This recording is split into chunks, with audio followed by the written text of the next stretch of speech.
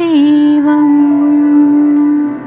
सुरासुरैः वन्दितपादपद्मम् लोके जरामृत्युनाशम् दातारमीशम् विविधौषधीनां शङ्खं चक्रं जलौकां दधतं मृतघटं चारुतोर्भिश्चतुर्भिः सूक्ष्मस्वच्छादिरुद्यं शुकपरिविलसन् मौलिमम्भोजनेत्रम् कालाम्बोदोज्ज्वलाङ्गं कटितटविलसत् चारुपीताम्बराढ्यं वन्दे धन्वन्तरिन्तं निखिलगदमिव प्रौढदावाग्निनीलम्।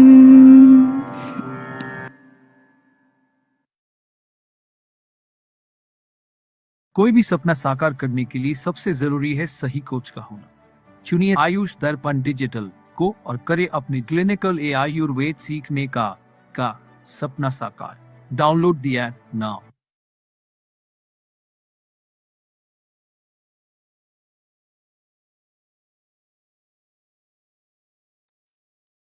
बस अभी क्लास स्टार्ट करते हैं 2 मिनट में, और लोगों को जरा जुड़ जाने देते हैं।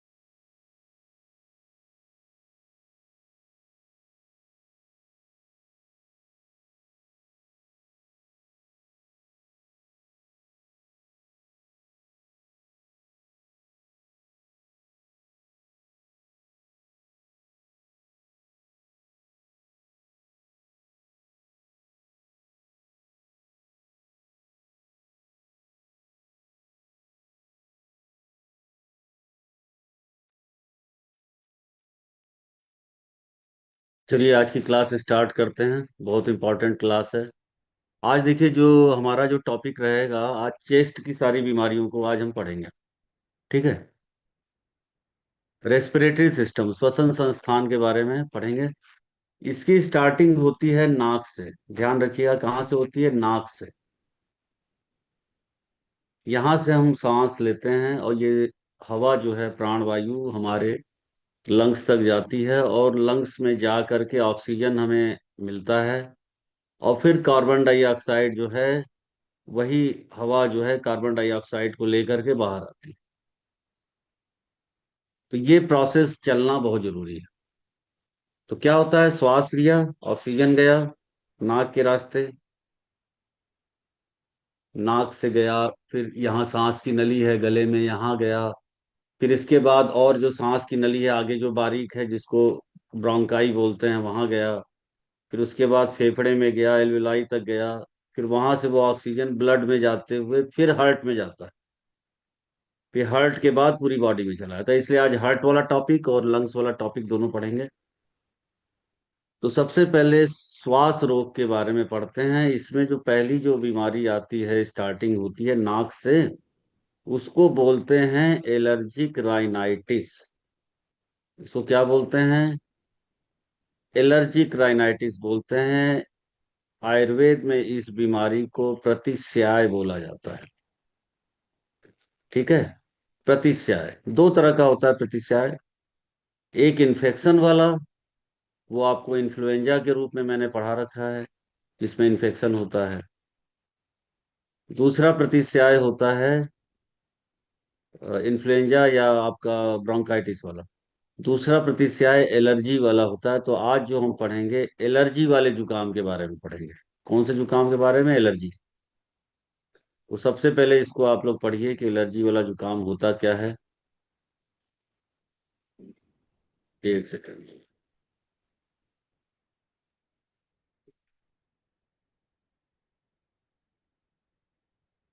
लीजिए। आपके स्क्रीन पे सारा डिटेल आ गया। एलर्जी वाला जुकाम सबसे पहले पढ़ते हैं। देखिए, एलर्जी वाले जुकाम में दो तीन लक्षण होते हैं। एक तो नाक बहती रहती है, दूसरा छींक आती है। दो ही लक्षण है मेन। एक छींक आना, दूसरा रनिंग नोज, नाक बहेगा। ठीक है। ये दिक्कत आती है एलर्जिक राइनाइटिस। ये होता क्यों है? एलर्जी से होता है। एलर्जी कहाँ मिलती है? उसी हवा के अंदर होती है। जैसे ठंडी हवा हो, या पॉलेंस जो घूमते रहते हैं, हवा में उड़ते रहते हैं फूलों से निकल के, पराग कण, धूल हो गया, माइट्स हो गए, छोटे छोटे कीड़े, मोल्ड हो गया जो सीलन होती है, या फंगस कुछ होता है, और पालतू पशुओं के डेंडर, ये जो चीजें होती हैं, ये इससे एलर्जी होती है। और ये अक्सर मौसम बदलने पे हो जाता है। इससे व्यक्ति की क्वालिटी ऑफ लाइफ डिस्टर्ब हो जाती है और उसको बाद में साइनोसाइटिस होने का चांस रहता है। तो एलर्जिक राइनाइटिस अलग बीमारी है। ये केवल नाक से रिलेटेड है, एलर्जी होती है। कॉमन पॉलन एलर्जन वही पॉलेंस होते हैं, धूल होता है, माइट्स होता है, जो सीलन है वो है। ठीक है। जो छोटे छोटे जीव होते हैं उनके स्पोर्स होते हैं, पालतू पशुओं के डेंडर होते हैं। ये ऐसे लोगों में दमा होने का बहुत चांस होता है। ध्यान रखिए, ऐसे लोगों को दमा होने का बहुत चांस होता है, क्योंकि दमा जो है, दमा का मेन कारण एलर्जी। इसके अलावा वातावरण का पॉल्यूशन, धुआं, तेज गंध, इससे भी एलर्जी होती है। जैसे दिल्ली वगैरह में जो लोग रहते हैं, जहाँ पॉल्यूशन ज्यादा है, वहां भी होने का चांस है। या कोई व्यक्ति का इम्यून सिस्टम बहुत ज्यादा हाइपर हो जाए, ओवर एक्टिव इम्यून सिस्टम है एलर्जी के प्रति, इसमें क्या होगा? छींक आएगी, पहला लक्षण। दूसरा, नाक बंद हो जाएगी या नाक बहने लगेगी। ईचिंग होगी, नाक में खुजली हो सकती है, गले में, आंखों में खुजली। पोस्ट नेजल ड्रिप, ऐसे लोगों में बार बार गले में कुछ लिक्विड आएगा। हल्की खांसी कभी कभी हो सकती है। कभी कभी थकान, सिर दर्द, और नींद में दिक्कत हो सकती है। नींद में तो दिक्कत आएगी। और देखिए, एलर्जी क्या होता है? कोई भी धूल धुआं अगर आपकी नाक में जाता है, जैसे 100 लोग हैं, तो 99 लोगों के नाक में धूल धुआं गया, और उसकी बॉडी का, हमारी बॉडी में दो सेना होती है, एक आईजीई और दूसरी होती है स्नोफिल।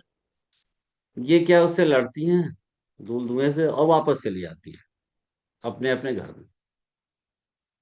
लेकिन 1% ऐसे लोग जिनको एलर्जी होती है, उनकी वो सेना वहीं डटी रहती है, नाक में, वहीं अपनी पॉपुलेशन बढ़ा देती है। ठीक है। तो ये तो समस्या है। लेकिन ये मैसेज कौन देता है कि कोई आपके नाक में आ गया है? ये मैसेज देता है मास्ट सेल, वो रडार की तरह काम करता है। वो बताता है कोई आपके नाक में आया, कि वो सूचना देने वाला है। अब देखिए, एलोपैथ वाले इसी रडार को बंद कर देते हैं, मास्ट सेल को बंद कर देते हैं, हिस्टामिन जो रिलीज करता है, इसको बंद करने के लिए सेट्रिजिन खिला देते हैं। अब इससे क्या होगा, उसको नाक में मैसेज नहीं जाएगा। अब मैसेज नहीं जाएगा तो दिक्कत होगी, मैसेज तो आना चाहिए ना। तो इसका समाधान ये है कि जो आईजीई और इस्नोफिल ज्यादा बढ़ रहा है, ज्यादा ओवर एक्टिव हो रहा है, उसको नॉर्मल कीजिए, उसको शांत करिए। ठीक है। अब नाक में फिर सूजन आएगी और म्यूकस बनने लगेगा। धीरे धीरे क्या होगा, नाक की टिश्यू रिमॉडलिंग हो जाएगी, उसमें पॉलिप्स बन जाएंगे, नाक की हड्डी थोड़ी तिरछी हो जाएगी, कई चीजें आगे हो सकती हैं। फिर ये और आगे जाएगी तो साइनस में चली जाएगी, तो साइनोसाइटिस हो सकता है बाद में, शुरू में नहीं।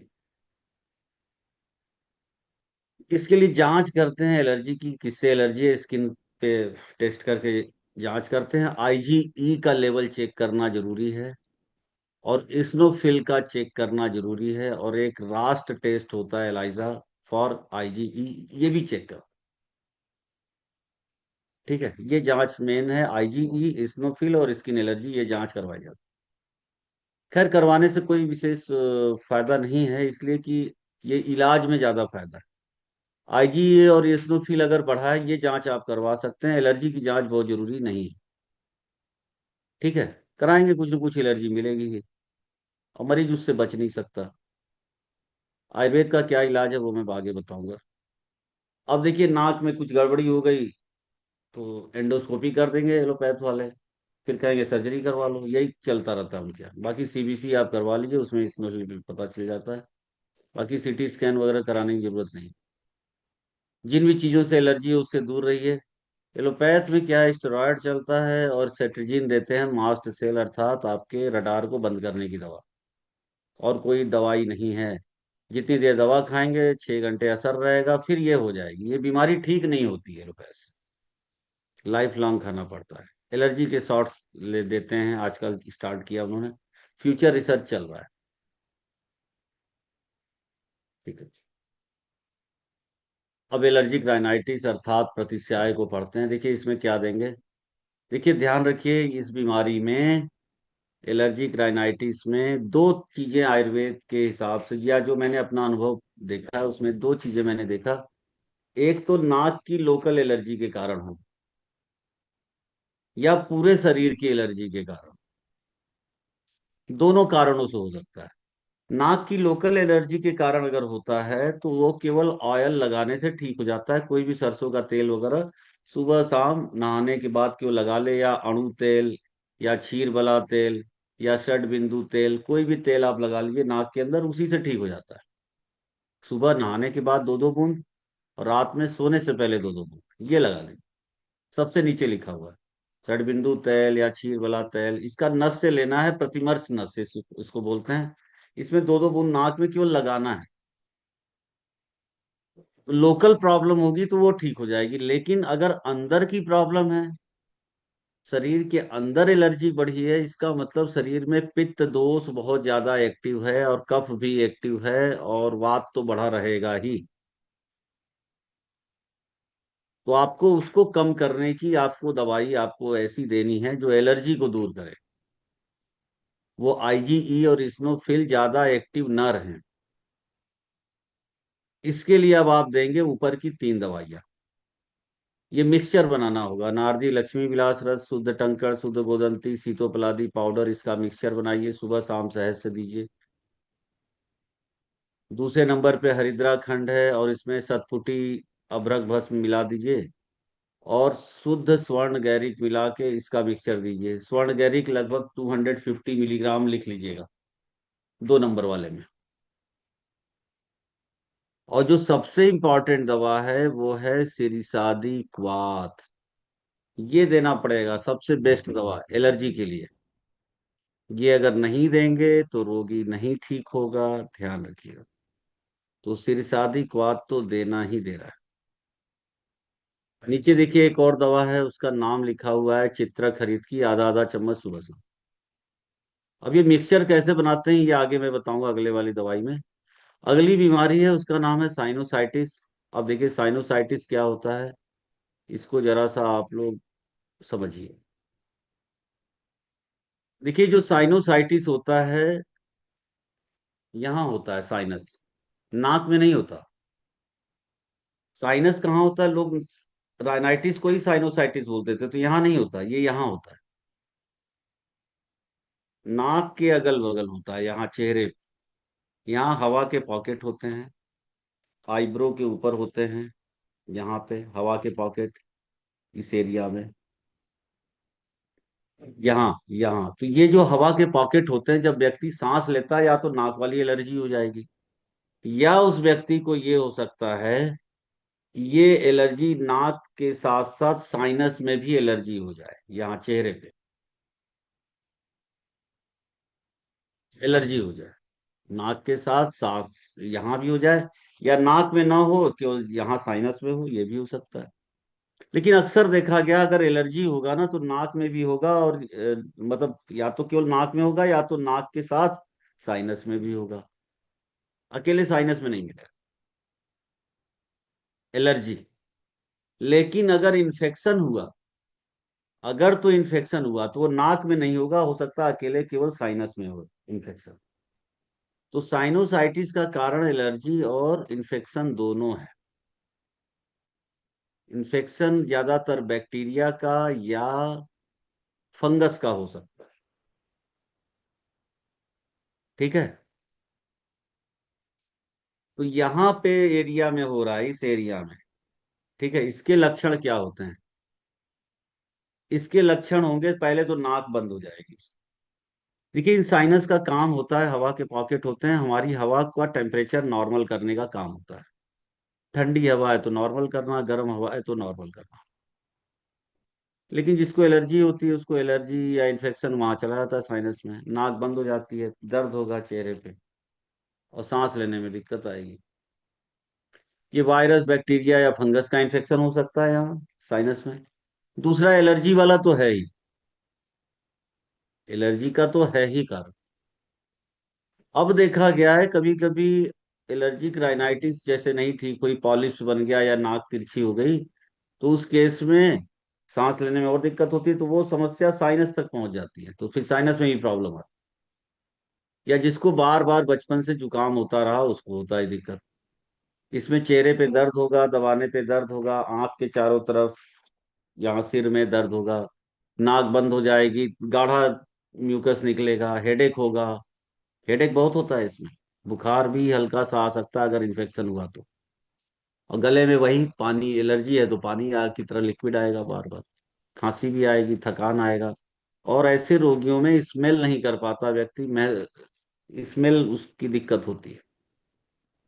अब जो साइनस है, जो हवा का पॉकेट है, ये ब्लॉक हो जाएगा, इसमें म्यूकस इकट्ठा हो जाएगा, उस म्यूकस में बैक्टीरिया ग्रो कर जाएंगे, फिर बुखार भी आ सकता है। और धीरे धीरे साइनस की टिश्यू जो है वो डैमेज होने लगेगी। इसके लिए नाक से एंडोस्कोपी कराते हैं, एक्सरे ब्लड की जांच कराते हैं एलर्जी को देखने के लिए और इन्फेक्शन को देखने के लिए। वही एलर्जी अगर देखना है आईजीई और इसमें चेक करते हैं कहीं वो उससे एलर्जी तो नहीं है। अगर एलर्जी है तो एलर्जी के हिसाब से कुछ दवाइयाँ आपको देनी पड़ेंगी, जो एलर्जिक राइनाइटिस वाली है। अगर इन्फेक्शन होगा तो भी ये दवा चलेगी, तो इन्फेक्शन के लिए कुछ दवाइयाँ और तेज चलानी पड़ती है। ठीक है, तो ये काम इसमें किया जाता है, ब्लड की जांच वगैरह। तो हमें ये देखना होता है कि एलर्जी से है या इन्फेक्शन से है। तो जनरली हम लोग एलर्जी वाली दवाई चला देते हैं, अगर उससे आराम मिल जाए तो ठीक है, नहीं होता है तो इन्फेक्शन वाली दवाई हम थोड़ा ऐड कर देते हैं, वो मैं दोनों बताऊंगा। बाकी एक्सरे मेन कराते हैं, एलर्जी की जांच तो करानी ही है कि कहीं एलर्जी वाला जुकाम की तरह ही तो नहीं हो रहा है साइनस की समस्या। एलोपैथ में देखिए कोई दवा नहीं है, अगर वही एंटीबायोटिक वगैरह देते हैं, नाक को क्लियर करते हैं, नेजल इरिगेशन वगैरह। भाप, स्टीम लेने से काफी आराम होता है, स्टीम लेने से काफी आराम मिलता है। अदरवाइज वो सर्जरी कर देते हैं एलोपैथ वाले साइनस की, और वो फिर हो जाता है। ध्यान रखिए, 1 लाख रुपए की सर्जरी का लेंगे पैसा, 50,000 रुपए, और ये समस्या फिर हो जाएगी 2 महीने बाद। 2 महीने बाद ये समस्या फिर से हो जाती है, साइनस ठीक ही नहीं होता जीवन भर। ठीक, तो इसका क्या इलाज करेंगे? देखिए, इस बीमारी का पहला इलाज है सबसे नीचे लिखा हुआ नस्य कर्म। पहला इलाज नस्य कर्म करना है। ठीक है, नस्य कर्म ऊपर जो लिखा है हेडिंग में नस्य कर्म, वो काट दीजिएगा, ये साइनस की बीमारी में बढ़ा रहा हूं। इसको पीनस रोग बोलते हैं, पीनस, दुष्ट प्रतिस्याय। एलर्जिक राइनाइटिस क्या है? प्रतिस्याय, ये दुष्ट प्रतिस्याय है, पीनस। नस्य कर्म जो है ये सीख लीजिए कैसे किया जाता है। नस्य कर्म जो होता है ये कैसे किया जाता है, इसको जरा सा देखिए। ऐसे करते हैं नस्य कर्म में, रोगी को जैसे बुलाया, उसको पहले चेहरे की मालिश करनी है क्षीर वाला तेल से, बाहर से अंदर की तरफ, बाहर से मुंह की तरफ, ऊपर से मुंह की तरफ, सब ले आएंगे मुंह की तरफ। क्षीर वाला तेल से आपने मालिश कर लिया, उसके बाद रोगी को स्टीम देना है। एक बड़े से भगोने में 2-3 लीटर पानी डाल लीजिए, उसमें थोड़ा सा कपूर और थोड़ा सा विक्स वेपोरब डाल करके उससे भाप दिलाइए 1 फीट की दूरी से, जिससे कि चेहरा जले ना, और टॉवेल थोड़ा लगा के भाप लेगा 2-3 मिनट तक। उससे जितना म्यूकस है ये सब पिघल जाएगा। अब जितना म्यूकस उसके साइनस में यहाँ यहाँ जमा है उसको बाहर निकालना। अब क्या करेंगे, रोगी का सिर थोड़ा पीछे करेंगे, उसके नाक में जो है 8 से 10 बूंद अणु तेल डालेंगे, पहले एक नाक में, बाई नाक में। फिर रोगी को सीधा बिठाएंगे और कहेंगे अंदर खींचो उसको, धीरे धीरे उसको खींचेगा, और उसको बोलेंगे उसको मुंह के रास्ते उसको स्पिट आउट कर दो, थूक दो। फिर यही प्रक्रिया दाहिनी नाक में भी हमें करनी है, यही प्रक्रिया हमें दाहिनी नाक में भी यही काम करना है। तो ये काम 7 से 14 दिन तक करते हैं, तो इससे जो भी साइनस में म्यूकस जमा है ये बाहर निकल जाएगा, और मरीज को काफी आराम मिल जाएगा, 80% आराम मिल जाएगा। अब हम क्या करते हैं, अब जिस कारण से साइनस, अभी तो जो साइनस भरा है उसको ठीक किया नस्य कर्म से, अब जिस कारण से साइनस हो रहा है उसको ठीक करने की दवा देंगे। तो ऊपर वाला नुस्खा चलाएंगे, 1 नंबर वाला, सिरस उलादी वज्र रस, लक्ष्मी विलास रस, शुद्ध टंकण, शुद्ध गोदंती और तालीसादी पाउडर। 2 ग्राम लिखा है, कम है, 3 ग्राम कर दीजिएगा इसको।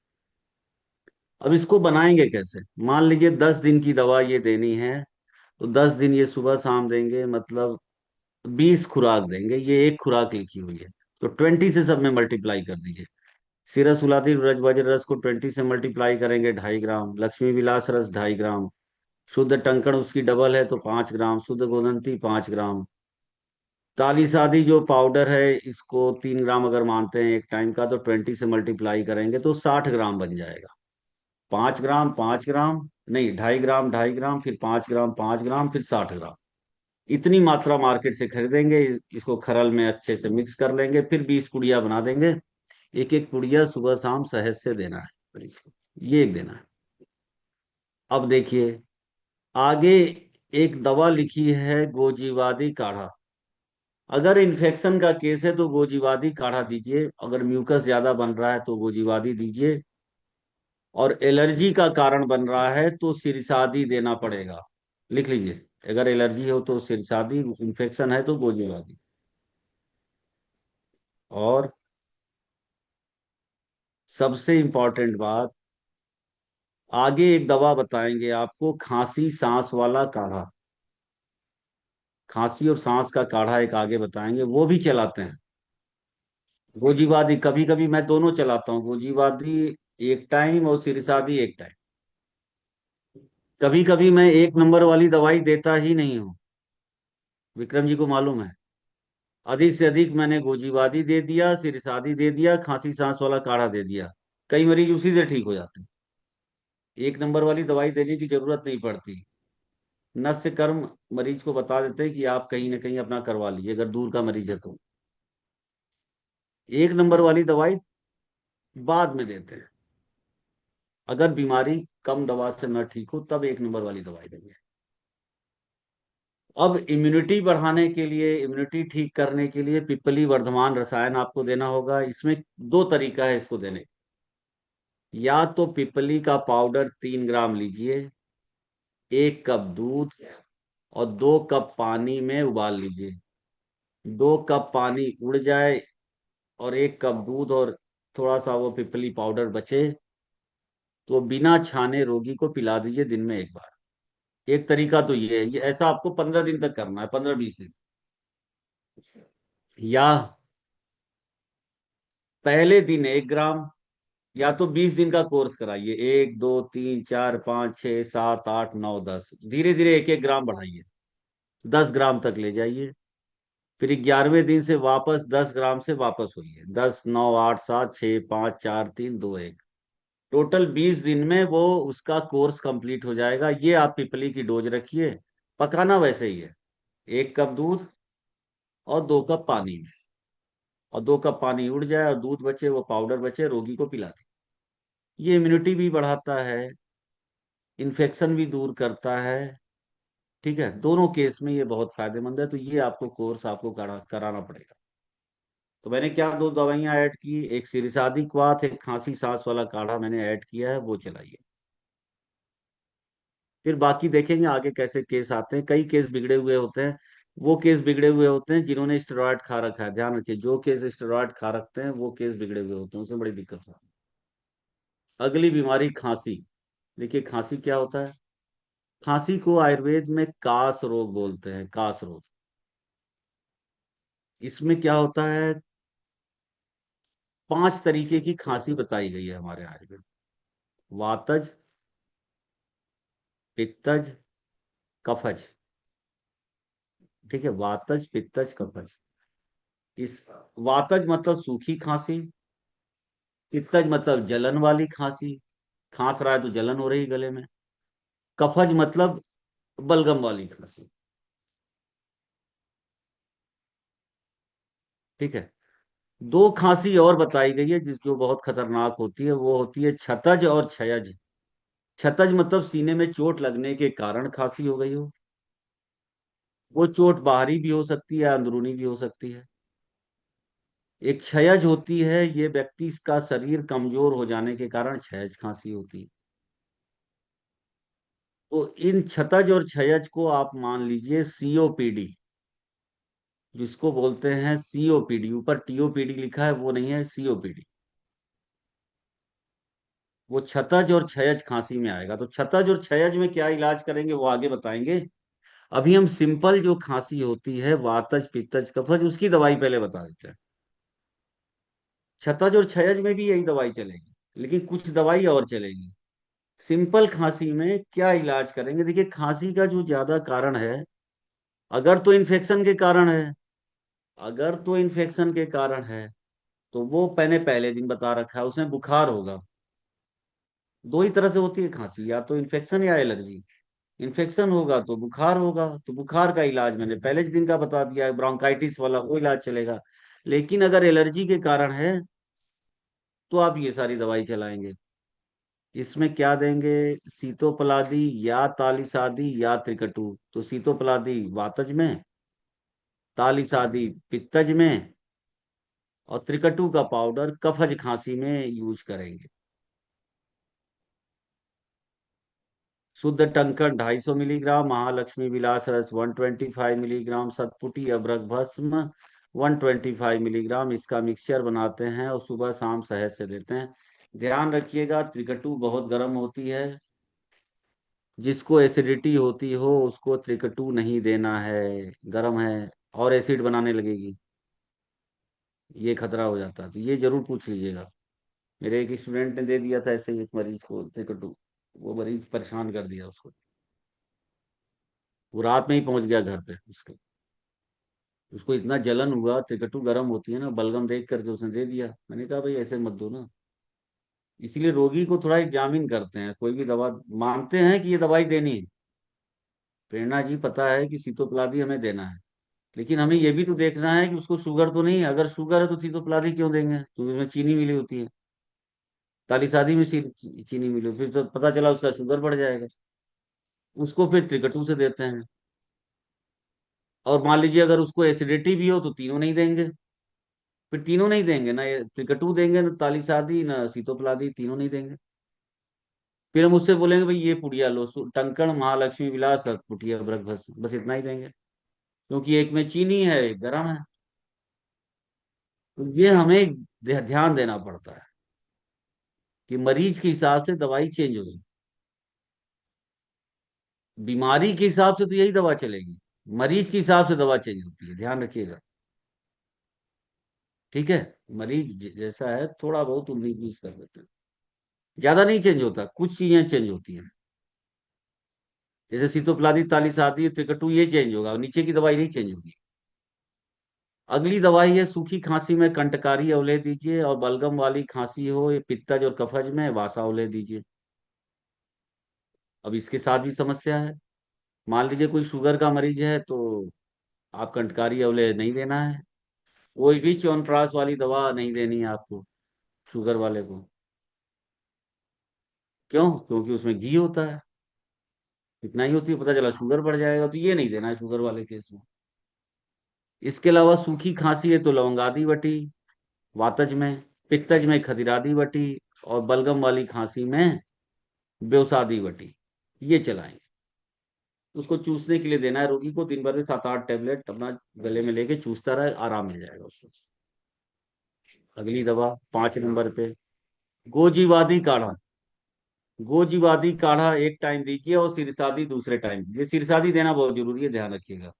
ऐसे सिरसादी भी लिख दिया, गोजीवादी सुबह कर लीजिए, सिरसादी शाम को। अब तो मैं दोनों चलाने लगा हूँ, कभी मैं एक चलाता हूँ, कभी मैं दोनों चलाता हूँ, जैसा मरीज हो। ठीक है, क्योंकि दोनों का ही अलग अलग रिजल्ट है। सिरसादी थोड़ा एलर्जी के केस में देना ही पड़ता है। और गोजीवादी क्या है, देखिए गोजीवादी क्या है, बलगम वाली खांसी में ज्यादा अच्छा काम करता है, और सिरसादी सूखी खांसी में काम करता है।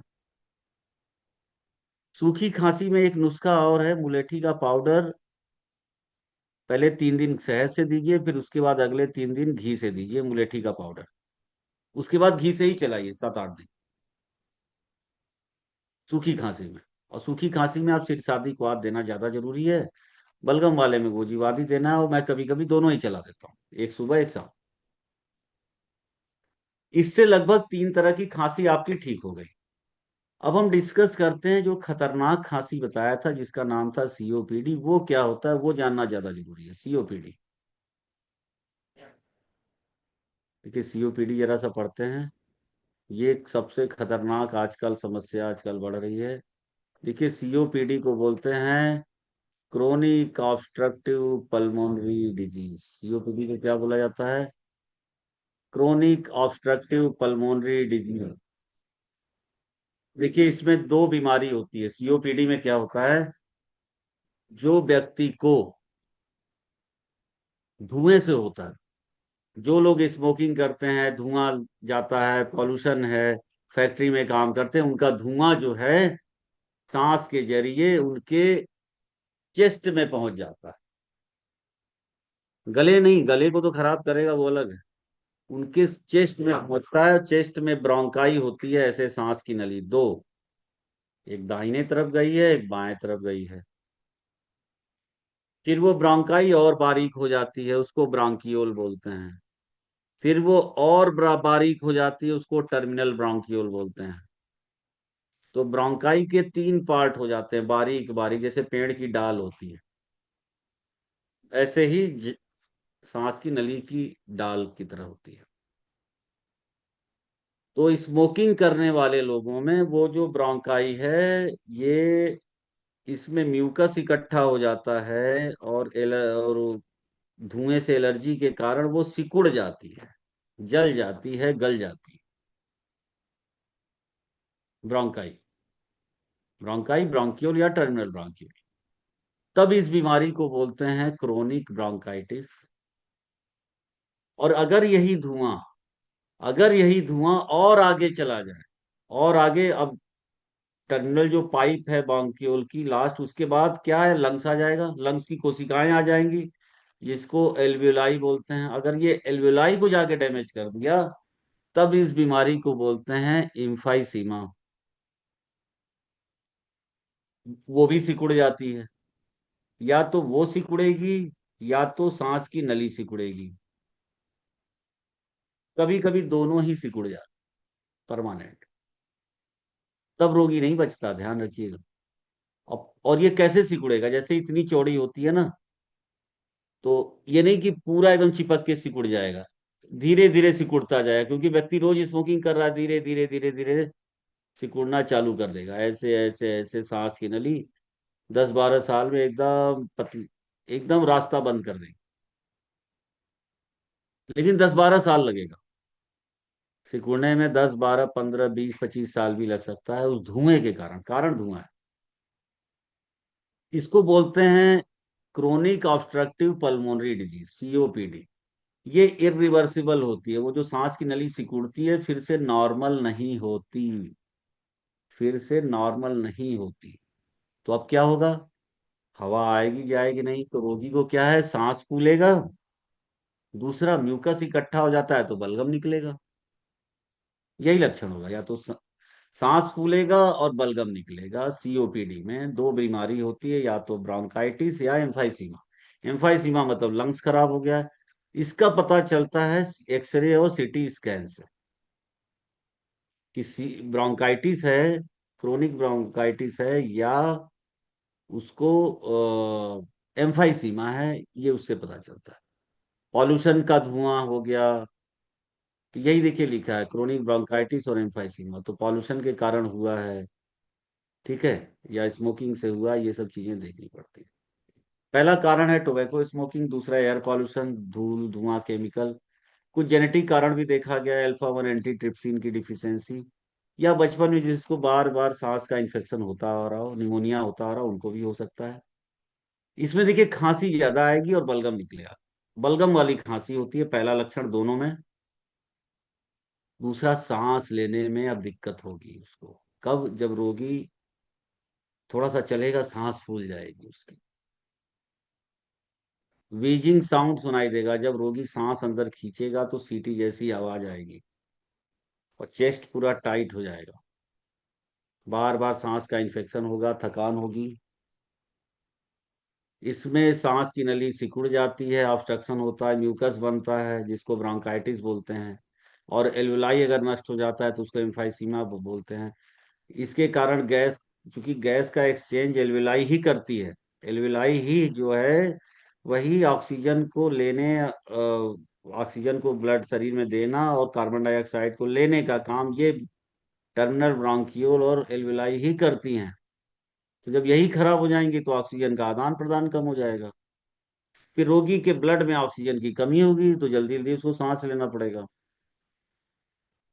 ये जांच एक्सरे सीटी स्कैन जरूर कराते हैं बस, और कोई जांच, हाँ ब्लड में देखते हैं ऑक्सीजन कितना है, ये चेक कर लेते हैं, ठीक है। अब जैसे ये जो लोग स्मोकिंग नहीं भी करते, लकड़ी पे खाना बनाते हैं, उनको भी होता है। लकड़ी पे आप खाना बनाएंगे तो भी होगा,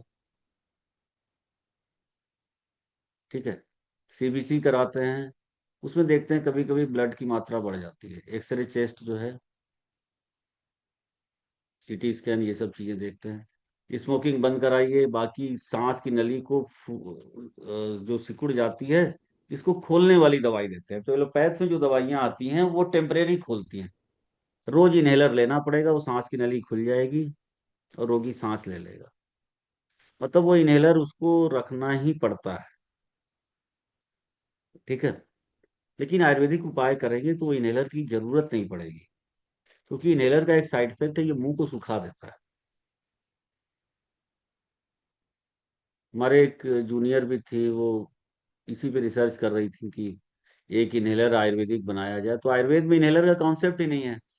देखिए विक्रम जी, कभी कभी अच्छे अच्छे स्टूडेंट भी हैं ना, वो ज्यादा इनाम बाजी के चक्कर में ट्रैक से उतर जाते हैं। अब मेरी एक स्टूडेंट जूनियर है, वो आइया में, दिल्ली में, all India institute of Ayurveda में, उसने एक रिसर्च कर रखा है। इनहेलर बनाया कि हम कहे भाई इनहेलर का कॉन्सेप्ट ही नहीं है हमारे यहाँ, तुम क्यों बना रहे हो? आयुर्वेदिक दवाई इनहेलर की तरह नहीं काम करती है। भाई एलोपैथ की दवा तो सांस की नली को खोलने जा रही है, उसको जो सिकुड़ी हुई है, ऐसे सिकुड़ी हुई उसको खोल दे रही है, और 6 घंटे बाद असर खत्म हो जा रहा है, फिर वो वापस हो जा रहा है। और इनहेलर देते हैं तो मुंह से जाता है इनहेलर, तो मुंह को सुखा देता है। लेकिन ये है कि उसको जीवन भर लेना पड़ेगा, ध्यान रखिए, जीवन भर लेना पड़ेगा। मान लीजिए कभी अकाल पड़ जाए, वो इनहेलर न मिले, तो रोगी मर जाएगा ना विक्रम जी, की जिएगा? बताइए, बताइए विक्रम जी, प्रेरणा जी। जी। जी सर, बिल्कुल बिल्कुल ही मर जाएगा सर। मान लीजिए इनहेलर अगर नहीं मिला, हड़ताल हो गई हमारे, जिस हिसाब से देश का हालात चल रहा है, कभी भी हड़ताल हो सकती है, तो हमारे देश में तो 1 करोड़ लोग तो इनहेलर के बिना ही मर जाएंगे। नहीं सर, बिल्कुल। और सर आज के टाइम में हालात इतने खराब हैं सर, छोटे छोटे बच्चे, मैंने आपसे बात की थी ना, वो 8 साल का बच्चा है, दिन में 2-3 बार सर जी पंप लेना पड़ रहा है उसको। देखो अब क्या उम्र है सर वो, उसका नहीं, बिल्कुल वो क्या सूखा है ना, हुआ। देखिए छोटे छोटे बच्चों में दिक्कत क्या है, बचपन से उसको एलर्जी हो गई। हम्म। अब उसका इलाज है सिरसादी क्वाथ। बिल्कुल बिल्कुल सर। वो रेगुलर लेगा तो उससे क्या है, और दूसरा अरविंद दासो पिलाइए। बिल्कुल सर। अरविंद दासों से विरेचन होगा, और सिरसादी क्वाथ एलर्जी को दूर रखेगी। इस क्योंकि कल को मान लीजिए कोई ऐसा देश में आपदा आ जाए, इनहेलर तो दवा कंपनियां बनाती है, तो कंपनी उपनी सब बंद हो जाएगी ना, बिल्कुल सर। मिलेगा नहीं मार्केट में ये इनहेलर। तब कहाँ जाएगा? तब तो उसको बेचारे को मरना ही पड़ेगा ना। नहीं सर आंख के सामने, आंख के सामने वो व्यक्ति मर जाएगा। बिल्कुल सर। बच्चे बूढ़े जवान जिनको भी ये प्रॉब्लम है एलर्जी से, वो सब सारे मारे जाएंगे, कोई नहीं बचेगा। तो बिल्कुल बिल्कुल। एलोपैथिक पे डिपेंडेंसी मत रखिए। एलोपैथिक ही नहीं, किसी भी दवा पे डिपेंड नहीं होना है। चाहे एलोपैथिक, भाई दवाई तो आयुर्वेदिक भी नहीं मिलेगी, लेकिन बात उसकी नहीं है ना। बात तो ये है कि हमें दवा पे डिपेंड ही नहीं रहना है, हमें बीमारी ठीक कर देनी है, कि जिससे वो व्यक्ति दवा के बिना रह सके, चाहे आयुर्वेदिक हो चाहे अंग्रेजी हो। मेरा ये बताने का उद्देश्य है। बिल्कुल सर। तो आयुर्वेदिक दवा से तो परमानेंट आराम मिलेगा। एलोपैथ का 6 घंटे तक काम है, 6 घंटे के बाद काम नहीं करेगा। तो अब मैं आपको बता रहा हूं कि इसमें अब हम क्या करेंगे। देखिए ऊपर की तो लगभग सारी दवा देंगे सीओपीडी में। अब कुछ दवाइयां ये ऐड कर दीजिए, वासा वास्कासो या वासारिस्ट, 2-2 चम्मच सुबह शाम, 2-2 चम्मच पानी मिला के दिन में और रात में। पंचकोल का पाउडर लीजिए 2 ग्राम, इसको 1 कप पानी में उबालिए, और उबाल के बिना छाने रोगी को पिला दीजिए। नहीं, अच्छा पंचकोल है ना, हाँ। दूध में आधा सर। चम्मच दवा, 1 कप दूध और 1 कप पानी में उबालिए, 1 कप पानी उड़ जाए और दूध और पंचकोल बचे, ये पिला दीजिए।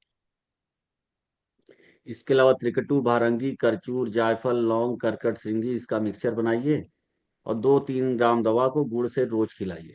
ये देना है। इसके अलावा 2-3 दवाइयां और नोट कर लीजिए।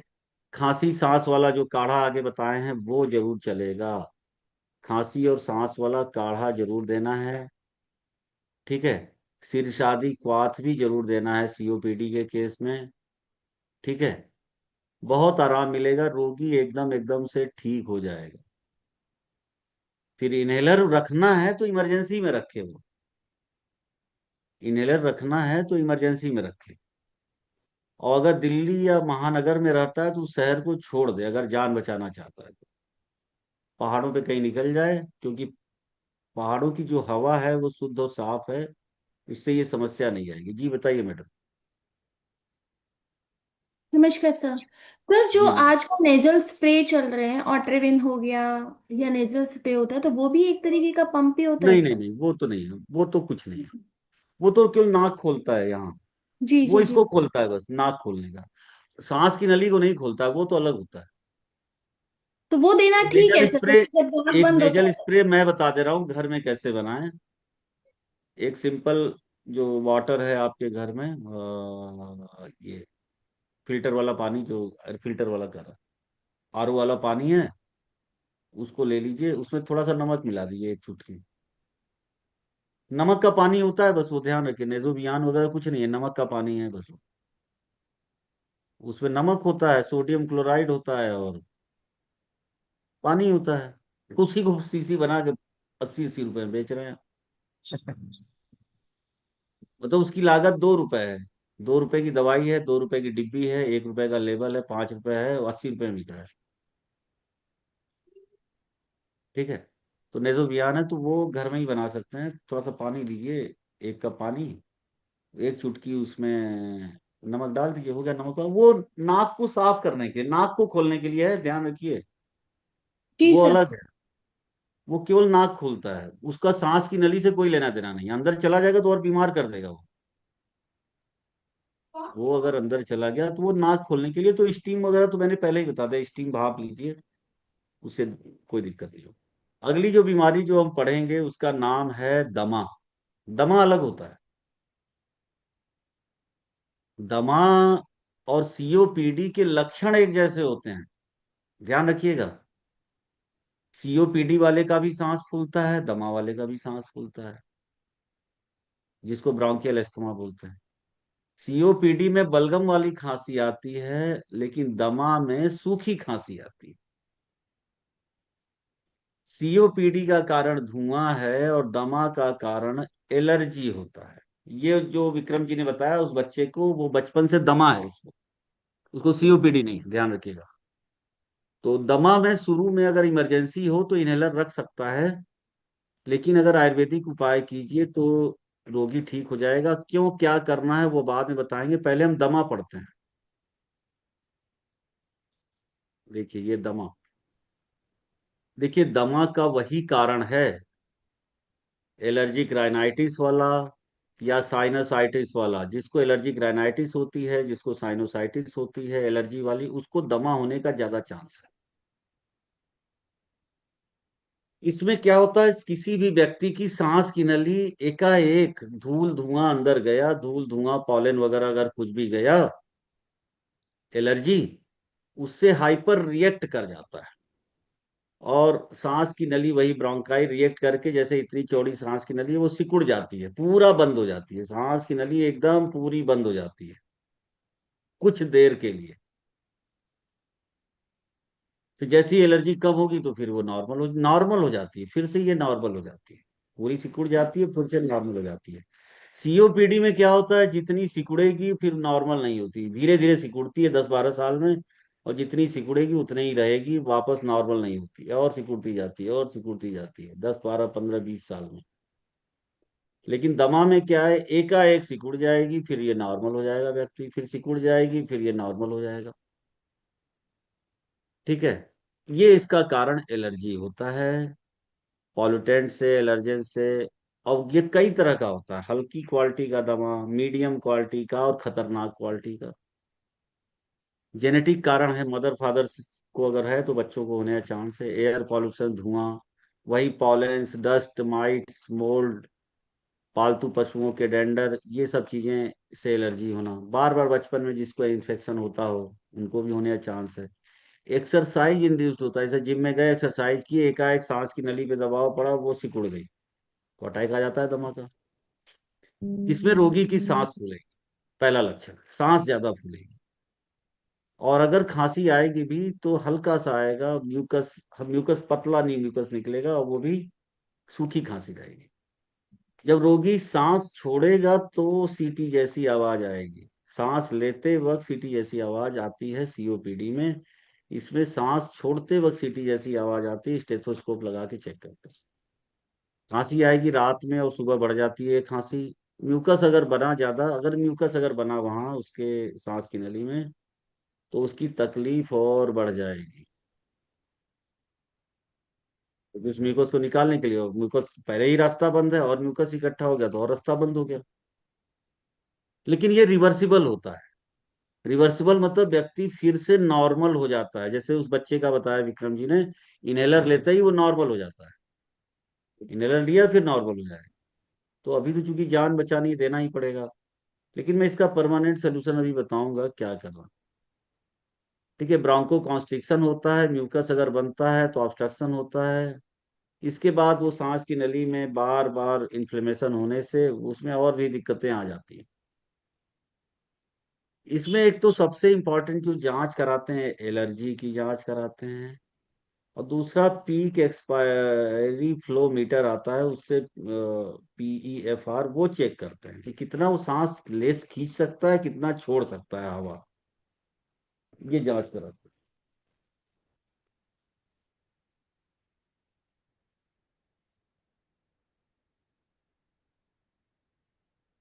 ठीक है, ये सारी जांच कराते हैं। ब्लड की जांच वही IgE और इस्नोफिल, वही एलर्जी की जांच सारा कराएंगे। एक्सरे कराएंगे, कुछ नहीं निकलेगा। CT स्कैन कराएंगे, कुछ नहीं निकलेगा, सब नॉर्मल निकलेगा। ध्यान रखिए, एक्सरे CT स्कैन से कोई फायदा नहीं होता दवा में, क्योंकि ये फिर से नॉर्मल हो जाता है ना व्यक्ति इसमें। जी सर। लेकिन जान जाती है, इसमें जान चली जाती है। COPD में जान नहीं जाती, COPD में कई साल बाद जान जाती है, इसमें तो जान चली जाती है अगर इनहेलर नहीं दिया तो। इसमें भाई इनहेलर देते हैं, स्टेरॉयड रहता है और सांस की नली को खोलने वाली ब्रोंको डायलेटर रहता है, और कुछ नहीं। बाकी रिहेबिलिटेशन वगैरह चलता है, फ्यूचर रिसर्च चल रहा है, क्योंकि आज तक कोई दवाई नहीं निकाल पाया। अब हम आज आपको बताएंगे इसका परमानेंट इलाज। देखिए, एलर्जी का जो मेन कारण होता है पित्त दोष। आपके शरीर में जो पित्त दोष है, IgE और इस्नोफिल, जिसको अग्नि बोलते हैं, ये जिसकी ज्यादा एक्टिव हो तो पित्त को बाहर निकालना है। चाहे एलर्जिक राइनाइटिस हो, चाहे साइनोसाइटिस हो, चाहे ये हो ब्रोंकियल अस्थमा, तीनों एलर्जी से होता है। इसमें एलर्जी अर्थात पित्त को बाहर निकालने के लिए गुड़ हरितकी से विरेचन देना है आपको। गुड़ हरितकी से रोज विरेचन दीजिए, पित्त बाहर निकल जाएगा। गुड़ हरितकी से विरेचन जरूर देना है। बच्चों को देना है तो अरविंदासो यूज कर लीजिए, बढ़िया रिजल्ट है। क्योंकि बच्चों में देंगे नहीं गुड़ हरितकी।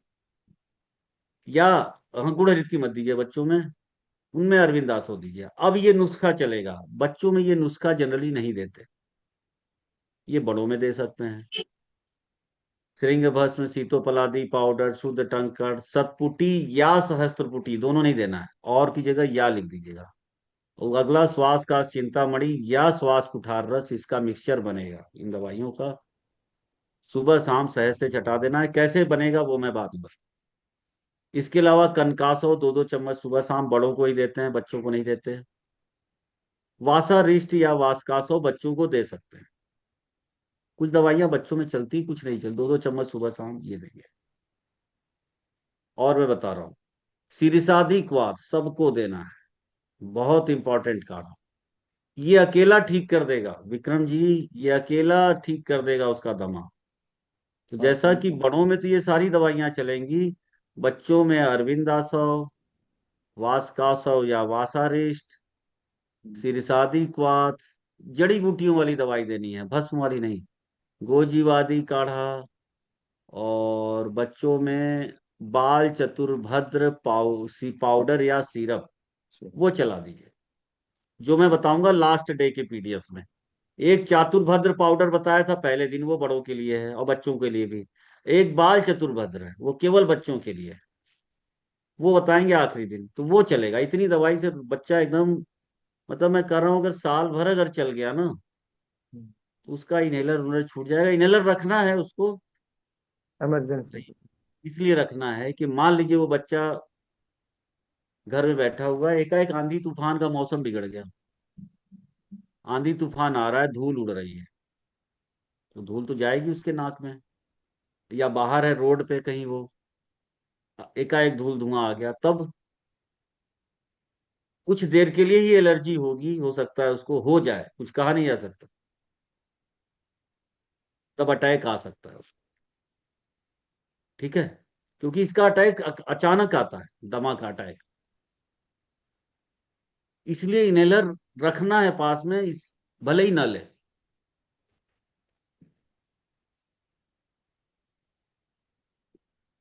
आगे देखिए, खांसी सांस वाला काढ़ा है, ये है। ये खांसी सांस वाला काढ़ा है, सोंठ, मरीच, पीपली, हल्दी, दारू हल्दी, सारी दवाइयां इसमें मिली हुई हैं। इसमें फिर बाद में, एक सेकंड जरा समय, जरा फोन जरा।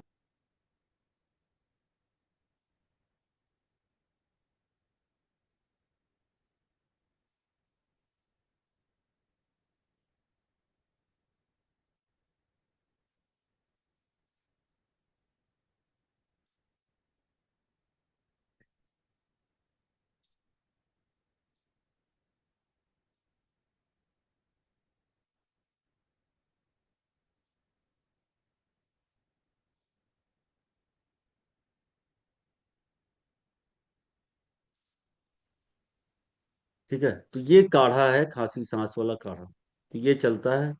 इसका रिजल्ट बहुत बढ़िया है। ये खांसी सांस वाला काढ़ा मैंने चलाया था कोरोना काल में। देखिए कोरोना काल में मेरे पास दो दवाई थी केवल, एक बुखार के लिए सडंग पानी, खांसी के लिए ये खांसी सांस वाला काढ़ा।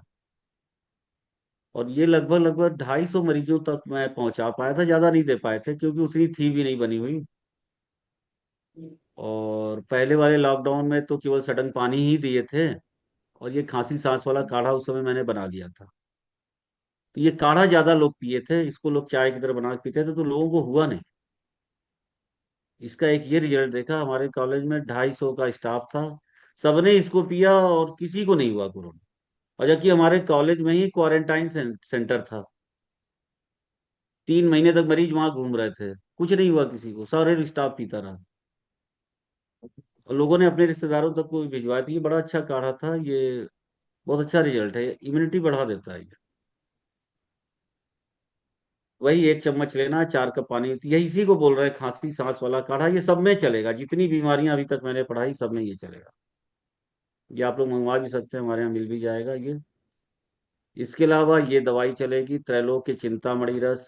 अगर निमोनिया अगर हो जाएगा, निमोनिया का केस हो या कोरोना का केस हो, तो ये दवाई चलेगी, ध्यान रखिएगा। निमोनिया या कोरोना के केस में ये दवाई चलेगी। त्रैलोक के चिंतामणि रस या श्वास का चिंतामणि रस। सतपुटी अभ्रक भस्म, सतपुटी अभ्रक भस्म कर दीजिएगा। श्रृंग भस्म, तालिसादी पाउडर, शुद्ध टंकड़, इसका मिक्सचर सुबह शाम शहद से देना है। और एक एक खांसी सांस वाला काढ़ा देना है। गोजीवादी और सिरसादी भी आप यूज कर सकते हैं। गोजीवादी और सिरसादी भी आप यूज कर सकते हैं। और ये खांसी सांस वाला काढ़ा, जिसकी जैसी प्रॉब्लम है, किसी को मैं केवल सिरसादी देता हूँ, किसी को दोनों देता हूँ, किसी को तीनों देता हूँ, जैसा केस हो। हल्का केस है तो सिरसादी दे दिया, ज्यादा दिक्कत है तो सिरसादी और गोजीवादी, और ज्यादा दिक्कत है तो तीनों चला देते हैं। ये काढ़े बहुत जबरदस्त काम करते हैं, ध्यान रखिएगा। लेकिन विरेचन जरूर कराना है दमा में। अगली बीमारी आईएलडी। आईएलडी में क्या होता है? आईएलडी में जो चेस्ट होता है ना, चेस्ट के अंदर जो कोशिकाएं होती हैं लंग्स की, वो गल जाती हैं और फाइबर की तरफ फाइब्रोसिस हो जाती है, जैसे कोरोना में होता था। तो कोरोना में क्या है, 5 दिन के अंदर ही फाइब्रोसिस हो जाती थी लंग्स में, पत्थर जैसा लंग्स बन जाता था और रोगी मर जाता। आईएलडी में भी यही प्रॉब्लम होती है, लेकिन 5 साल लग जाते हैं। आईएलडी में भी वही प्रॉब्लम होती है कोरोना जैसी, लेकिन इसमें धीमे धीमे धीमे धीमे लंग्स जो है पत्थर जैसा बनने लगे, फाइब्रोसिस हो जाती है। और इसका कोई कारण नहीं है, इसको बोलते हैं इंटरस्टिशियल लंग डिजीज। ये जानलेवा बीमारी है, इसमें बीमारी ठीक नहीं होती, लेकिन इतना है कि आप बीमारी को रोक सकते हैं। अगर आपने रोक लिया तो समझ लीजिए वो 10-20 साल और व्यक्ति जिंदा रहेगा। उसको सीतोपलादी और तालिसादी नहीं देना है ऐसे मरीजों को, क्योंकि उसमें वंशलोचन होता है, वो और दिक्कत करेगा। ये दवाई क्यों चलेगी? सतपुटी और सहस्त्र या सहस्त्रपुटी अभ्रक भस्म, श्रृंग भस्म, शुद्ध टंकण और श्वास का चिंतामणि रस, इसका मिक्सचर बनाइए, सुबह शाम शहद से दीजिए। और ये लंबा ट्रीटमेंट चलेगा, हमेशा खाना है। बीच में कभी कभी 1 दिन के गैप पे ले सकता है, मतलब 1 दिन के गैप पे लेना ही लेना है, क्योंकि हमेशा खाना है। तो गैप करा के उसको दीजिएगा, 1-2 दिन का गैप।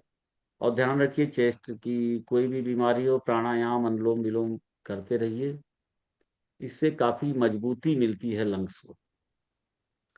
अगली बीमारी है हाई ब्लड प्रेशर, हार्ट की बीमारी, जिसको बोलते हैं हाइपरटेंशन। तो अब हम लोग जरा सा हाई ब्लड प्रेशर को पढ़ते हैं, हाइपरटेंशन को जरा पढ़ते हैं, ये क्या होता है। ज्यादा टॉपिक नहीं बचा है, 15-20 मिनट में, 20 मिनट में खत्म हो जाएगा।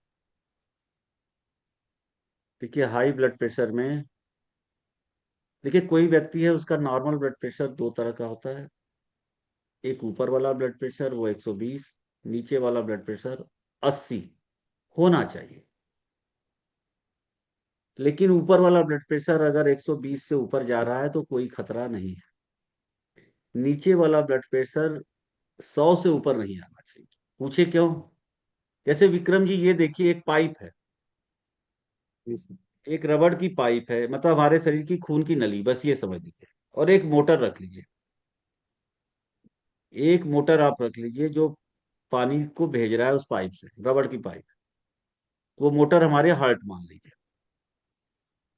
तो आपको मान लीजिए खेतों में दूर तक पानी पहुंचाना है, तो आप क्या करेंगे? खेत मान लीजिए 1 किलोमीटर दूर है, तो आपने 120 के प्रेशर से आपने पहले मोटर चलाई आधे घंटे, तो पानी गया। फिर अगले आधे घंटे फिर 80 के पावर से आप मोटर चलाइए, तो पानी धीमे ही जाएगा लेकिन जाएगा, थोड़ा सा तो जाएगा।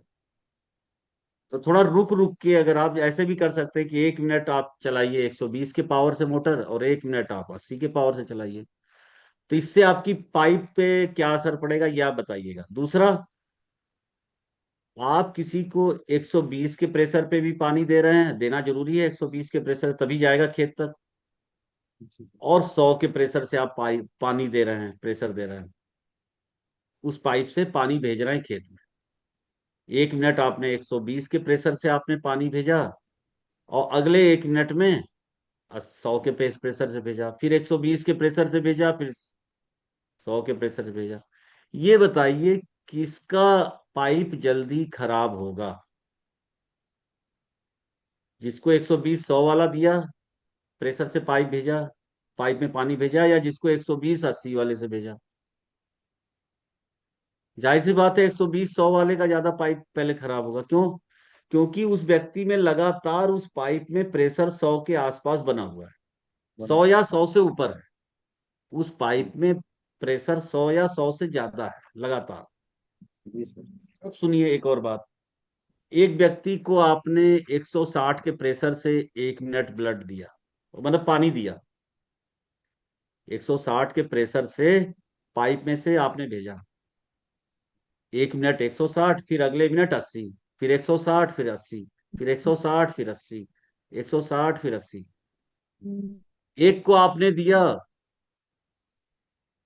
130 और 110, अगले को दिया आपने पहले 130 का प्रेशर, फिर 110 का प्रेशर, फिर 130 का प्रेशर, फिर 110 का प्रेशर। कौन सा ज्यादा खतरनाक है? 130 110 वाला। क्यों? हाँ।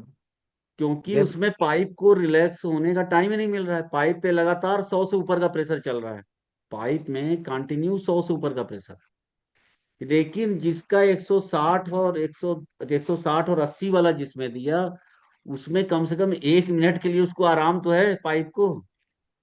1 मिनट दिक्कत है, लेकिन 1 मिनट आराम भी तो है। तो खतरा इसमें ज्यादा नहीं है 160 80 वाले में। मतलब किसी का ब्लड प्रेशर अगर 160 और 80 है तो ज्यादा खतरा नहीं है। खतरा तब ज्यादा है जब उसका ब्लड प्रेशर 130 और 110 हो। मतलब 100 से ऊपर नीचे वाला नहीं रहना चाहिए, क्योंकि उसको आराम का आपने टाइम नहीं दिया। किसको? खून की नली को। तो इसी को हाई ब्लड प्रेशर बोलते हैं। ठीक है। अब इससे क्या असर पड़ता है? हाई ब्लड प्रेशर के कारण सबसे पहला असर होता है कि वो तेज प्रेशर वाला ब्लड जो है शरीर के सारे ऑर्गन में जाएगा, ब्रेन में जाएगा, हार्ट में जाएगा, किडनी में जाएगा, लीवर में जाएगा। उतना तेज प्रेशर से अगर ब्लड इन ऑर्गन में जाएगा तो क्या करेगा? इन ऑर्गन को डैमेज करेगा। इसीलिए किडनी फेल हो जाती है। इतना तेज प्रेशर से ब्लड जाता है किडनी में, किडनी फेल हो जाती है। दिमाग में खून की नली फट जाती है, हार्ट में खून की नली फट जाती है, लीवर में खून की नली फट जाती है हाई ब्लड प्रेशर से। और इसीलिए गुस्सा जो लोग करते हैं उनको बीपी हाई हो जाता है। ध्यान रखिए, इसीलिए गुस्सा नहीं करना चाहिए। लोग नहीं करते। गुस्सा आदमी को खुद ही नष्ट कर देता है। गुस्से से क्या होता है? उसका बीपी हाई होगा, और कोई ना कोई ऑर्गन अंदर डैमेज हो गया है। समझ लीजिए, अगर जिसने गुस्सा किया, मान लीजिए गुस्सा किया, तो मान के चलिए उसके शरीर का कोई ना कोई ऑर्गन अंदर डैमेज हो चुका है। फिर वो कहेगा जी गुस्सा तो आ ही जाता है। अरे आ नहीं जाता है, वो आपकी जान ले लेगा गुस्सा। सामने वाले को तो कुछ नहीं, वो तो हंसते वो घूम रहा है, पता चला उसका अपना ही ऑर्गन डैमेज हो गया। तो ये दो तरह का ब्लड प्रेशर होता है। मतलब नॉर्मल, जब हार्ट ऐसे दबता है तो 120 का प्रेशर भेजता है, और जब हार्ट नॉर्मल होता है तो 80। तो ये हार्ट से लेना देना इस, देखिए, ये ब्लड प्रेशर हम चेक करते हैं हाथ में। हाथ में जो खून की नली होती है उसमें जो ब्लड बह रहा है, वो ब्लड जितना प्रेशर लगाता है खून की नली पर, हम उसको चेक करते हैं। हाई ब्लड प्रेशर से ये दिक्कत ये होती है कि हार्ट को ज्यादा काम करना पड़ता है, मतलब हार्ट को ज्यादा भेजना पड़ रहा है ब्लड। क्यों? क्योंकि हमने उसको तंग कर रखा है, हार्ट को ज्यादा तनाव ले रहे हैं, गुस्सा कर रहे हैं, टेंशन ले रहे हैं, तो हार्ट को तेज ब्लड भेजना पड़ रहा है। तो जिम्मेदार हम ही हैं। ठीक है। तो हार्ट से के कारण बीपी नहीं बढ़ता। बीपी बढ़ने का दूसरा कारण होता है, एक प्राइमरी एक सेकेंडरी। प्राइमरी का मतलब है बिना किसी कारण के, और एक होता है कि उम्र बढ़ने पे। उम्र बढ़ने पे खून की नली, एक्चुअली ये खून की नली की बीमारी है। खून की नली जब हार्ड हो जाती है ना, तो उसमें पल्स नहीं चल पाती, तो हार्ट को ज्यादा तेज ब्लड भेजना पड़ता है, क्योंकि वो ब्लड हमारे पूरे शरीर तक भेजना है। इसलिए हार्ट को ज्यादा काम करना पड़ता है, हार्ट पे प्रेशर पड़ता है। हार्ट का कोई लेना देना नहीं है ब्लड प्रेशर से। हार्ट पे काम, जैसे मोटर आपको तेज चलानी पड़ेगी तो मोटर फूकने का डर रहता है ना। और खेत मान लीजिए बहुत हाँ दूर सर। है, या मान लीजिए पाइप में कचरा भरा हो, खेत तक पानी नहीं जा रहा है, तो हमें मोटर का प्रेशर बढ़ाना पड़ेगा। हमें मोटर का प्रेशर बढ़ाना पड़ेगा, लेकिन उससे क्या है, मोटर खराब होने का भी डर है ना। जी सर। तो मोटर खराब हो जाएगी। तो सेम यही होता है कि हमारे पैर के अंगूठे तक ब्लड नहीं जा रहा है, या सिर तक ब्लड नहीं जा रहा है, तो हार्ट को तेज काम करना पड़ेगा। तो उससे हार्ट की साइज बड़ी हो जाती है, कार्डियोमेगाली हो जाती है, वो कोई बीमारी नहीं है। तो एक प्राइमरी होता है, उसका बिना कारण के ब्लड बीपी बढ़ता है। एक सेकेंड, और एक उम्र बढ़ने वाला होता है, उसको आर्टीरियोस्क्लेरोसिस बोलते हैं। ये प्राइमरी में आते हैं। सेकेंडरी का मतलब होता है जब किसी की किडनी फेल हो जाती है किसी कारण से, तो उसके कारण बीपी हाई रहता है।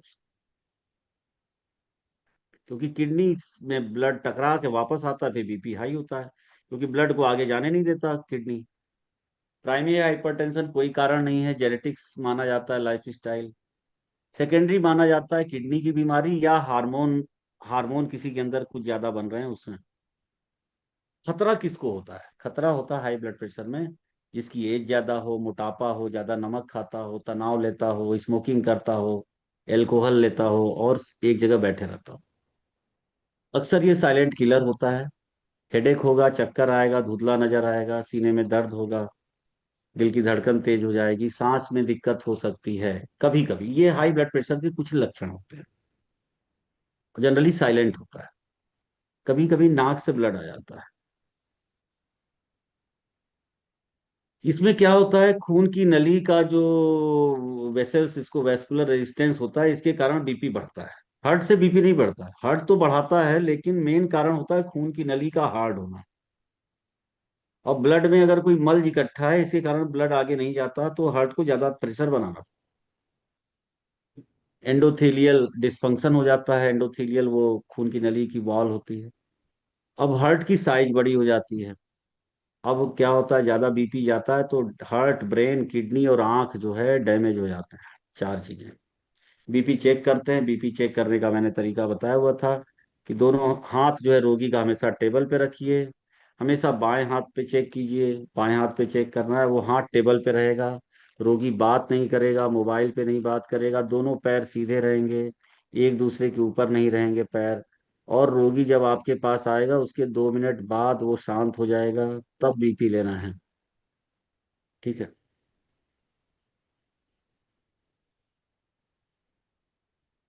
ठीक है। ये इस तरह से इसकी जांच करते हैं। परिवार की भी हिस्ट्री लेते हैं कि परिवार में तो कोई दिक्कत नहीं है। ब्लड की जांच कराते हैं, लिपिड प्रोफाइल, किडनी की जांच, ब्लड ग्लूकोज, ये सब करा लीजिए। बाकी पेशाब की जांच कराते हैं, कहीं प्रोटीन तो नहीं आ रहा है, ये मेन पता करते हैं, कहीं किडनी उडनी की बीमारी तो नहीं है। ठीक है। कोई जरूरी नहीं है, किसी का लिपिड प्रोफाइल ज्यादा भी होगा तो बीपी कम रहता है, कम रहेगा तो ज्यादा रहता है। बस ये पता करते हैं कि कहीं और कोई समस्या तो नहीं है। इसके कारण बीपी नहीं बढ़ता, ध्यान रखिए। लिपिड प्रोफाइल के कारण बीपी नहीं बढ़ता। हमें बस ये देख, कई लोगों का मैंने देखा lipid profile, Vikram ji, normal रहते, नॉर्मल से भी कम है, बीपी आई है। बीपी अलग केस है। ये अलग केस है, ये हम देखते हैं कि ये सब समस्या भी तो नहीं है साथ में। ईसीजी इसलिए थोड़ा ना चेक करते हैं बीपी के लिए। ईसीजी हम देखते हैं कहीं हार्ट पे खराबी तो नहीं है, मोटर हमारी खराब तो नहीं हो रही है। इको, रेटिना, ये सब देखते हैं कहीं बीपी, ये देखते हैं कि रेटिना वगैरह तो नहीं डैमेज हो रही, ये बीपी के कारण होती है खराब। अब लाइफ स्टाइल चेंज कीजिए, नमक कम दीजिए, व्यायाम करे। व्यायाम मतलब जिम नहीं जाना, जिम जाएगा बीपी बढ़ेगा। वेट लॉस कराइए, एक्सरसाइज कराइए। अब कि मैं बताऊंगा परमानेंट इलाज इसका। देखिए बीपी ऐसी समस्या बन गई है हमारे देश की, हमारे देश के पूरे वर्ल्ड की, लेकिन सारा ही काम उल्टा चल रहा है, तो इसलिए नहीं फायदा मिला। देखिए हाई ब्लड प्रेशर को हमारे यहाँ आयुर्वेद में रक्तगत वात बोलते हैं। रक्त में मल इकट्ठा हो जाने के कारण ये समस्या होती है। रक्त में मल इकट्ठा हो जाएगा तो ये समस्या होगी, तो आप उस मल को बाहर निकाल दीजिए। आप उस मल को बाहर निकाल दीजिए। मल कैसे बाहर निकलेंगे? विरेचन से। परमानेंट इलाज शुगर का विरेचन। विरेचन दे दिए, जितना ही भी खून में मल जमा है, जितना ही खून की नली में मल जमा है, ये सारा मल बाहर निकल जाएगा। फलत्रिकादिक्वात शुगर वाला आप चला दीजिए, ये सारा मल बाहर निकल जाएगा। रोगी 1 महीने में उसका बीपी परमानेंट नॉर्मल हो जाएगा। अगर तो वो कब्ज का रोगी है तो 100% ठीक हो जाए, क्योंकि वो कब्ज के चक्कर में खाएगा वो काढ़े को, ज्यादा डोज में ले लेगा, उसका बीपी नॉर्मल हो जाएगा जीवन भर के लिए। तो एक उपाय तो आपको ये करना है। ये जितनी दवाई मैंने बताई ये टेम्परेरी दवाई है, ध्यान रखिए, यही दवाई चलती है विक्रम जी। हाँ सर। एक्चुअली में लोग यही दवाई देते हैं और ये टेम्परेरी इलाज है। तो भाई टेम्परेरी इलाज तो एलोपैथ वाले भी कर रहे हैं, वो भी कौन सा बीपी ठीक कर रहे हैं। मेरा बताना है कि जड़ से कैसे ठीक हो, तो विरेचन से ठीक होगा। हाँ लेकिन ये है कि आयुर्वेदिक दवाई आप चलाएंगे तो इसका असर 10 15 20 दिन तक रहता है नॉर्मल होने के बाद। एलोपैथ वाले का 6 घंटे बाद ही खत्म हो जाता है सर, या 10 घंटे के बाद फिर लेना पड़ेगा, नहीं तो फिर बीपी बढ़ जाएगा। और जो बढ़ेगा क्योंकि वो केमिकल है, वो कुछ नहीं कर रहे एलोपैथ वाले, वो क्या कर रहे हैं, खून की नली को थोड़ा फैला दे रहे हैं बस। अरे भाई खून की नली को बार बार फैलाएंगे, जैसे आप ही का पाइप है विक्रम जी, उसमें ज्यादा प्रेशर है तो आप उसको रोज खींचेंगे रोज पाइप को, तो पाइप फट नहीं जाएगा। फट जाएगा सर। मतलब उसी को बचाने के लिए तो आप बीपी कम कर रहे हैं कि पाइप ना फटे, अभी और पाइप को खींच भी रहे हैं। बिल्कुल। इसीलिए तो ब्रेन हेमरेज के केस केस इतने हो रहे हैं। ब्रेन हेमरेज के केस इसीलिए हो रहे हैं ज्यादा, इसीलिए हार्ट अटैक के केस बढ़ रहे हैं, ये सारी बीपी की दवाइयों से हो रहा है, मैं बता रहा हूँ ना। ये सब मुझे नहीं पता था, मुझे पहले, अब मैं समझ रहा हूँ इन चीजों को कि क्यों हो रहा है ये सब चीजें, क्यों आए दिन नर्सिंग होम में ब्रेन हेमरेज का, हार्ट अटैक का, हार्ट फेल का केस बढ़ता जा रहा है। ये इन सारी दवाइयों के कारण है। लेकिन एक दिक्कत है, इन दवाइयों को आप नहीं लेंगे तो हाई बीपी से रोगी मारा जाएगा। दोनों ही तरफ खतरा है, इधर कुआं है उधर खाई। या तो हाई बीपी से मरेगा, नहीं तो ये दवाई खाएगा तो हाई बीपी ठीक होगी, तो ब्रेन हेमरेज वेमरेज ये सारा समस्या चालू हो जाएगा। बिल्कुल सर। क्योंकि वो खून की नली को खींच रहा है, कमजोर कर रहा है। ये सारी दवाइयां खून की नली को कमजोर करती हैं। कमजोर करेंगे, देखिए बीपी को तो कम करती हैं, लेकिन खून की नली को भी कमजोर करती हैं।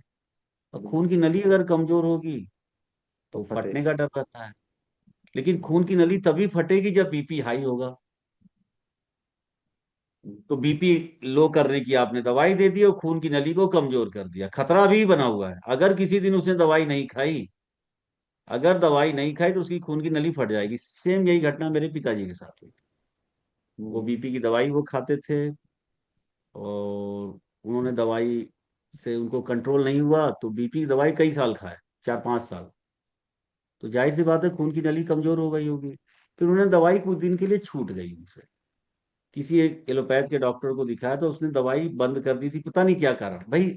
आप दवाई बंद करो लेकिन उसका अल्टरनेट तो दो। अल्टरनेट कुछ दिया नहीं, फिर बीपी बढ़ने लगा थोड़ा सा, और खून की नली तो कमजोर हो चुकी थी पहले से ही, वो फट गई, ब्रेन हेमरेज हो गया उनको। तो खून की नली मजबूत कैसे होगी जब उसके अंदर की गंदगी आपको बाहर निकालनी है, और वो निकलेगी फलत्रिकादी क्वास शुगर वाले से, और कोई दवा नहीं निकालेगी। या गुड़ हरितकी से, मतलब विरेचन देना ही है। गुड़ हरितकी से या फलत्रिकादी क्वास शुगर वाले से विरेचन देते रहिए, जो सूट कर जाए। एक बार बीपी उसका नॉर्मल हो गया तो समझिए फिर उसको नॉर्मल हो जाए, फिर आप उसको कभी कभी लेते रहिए, सप्ताह में 1 2 दिन लेता रहे। मैं बता रहा हूँ जीवन भर उसको ब्रेन हेमरेज या हार्ट अटैक की समस्या नहीं आएगी।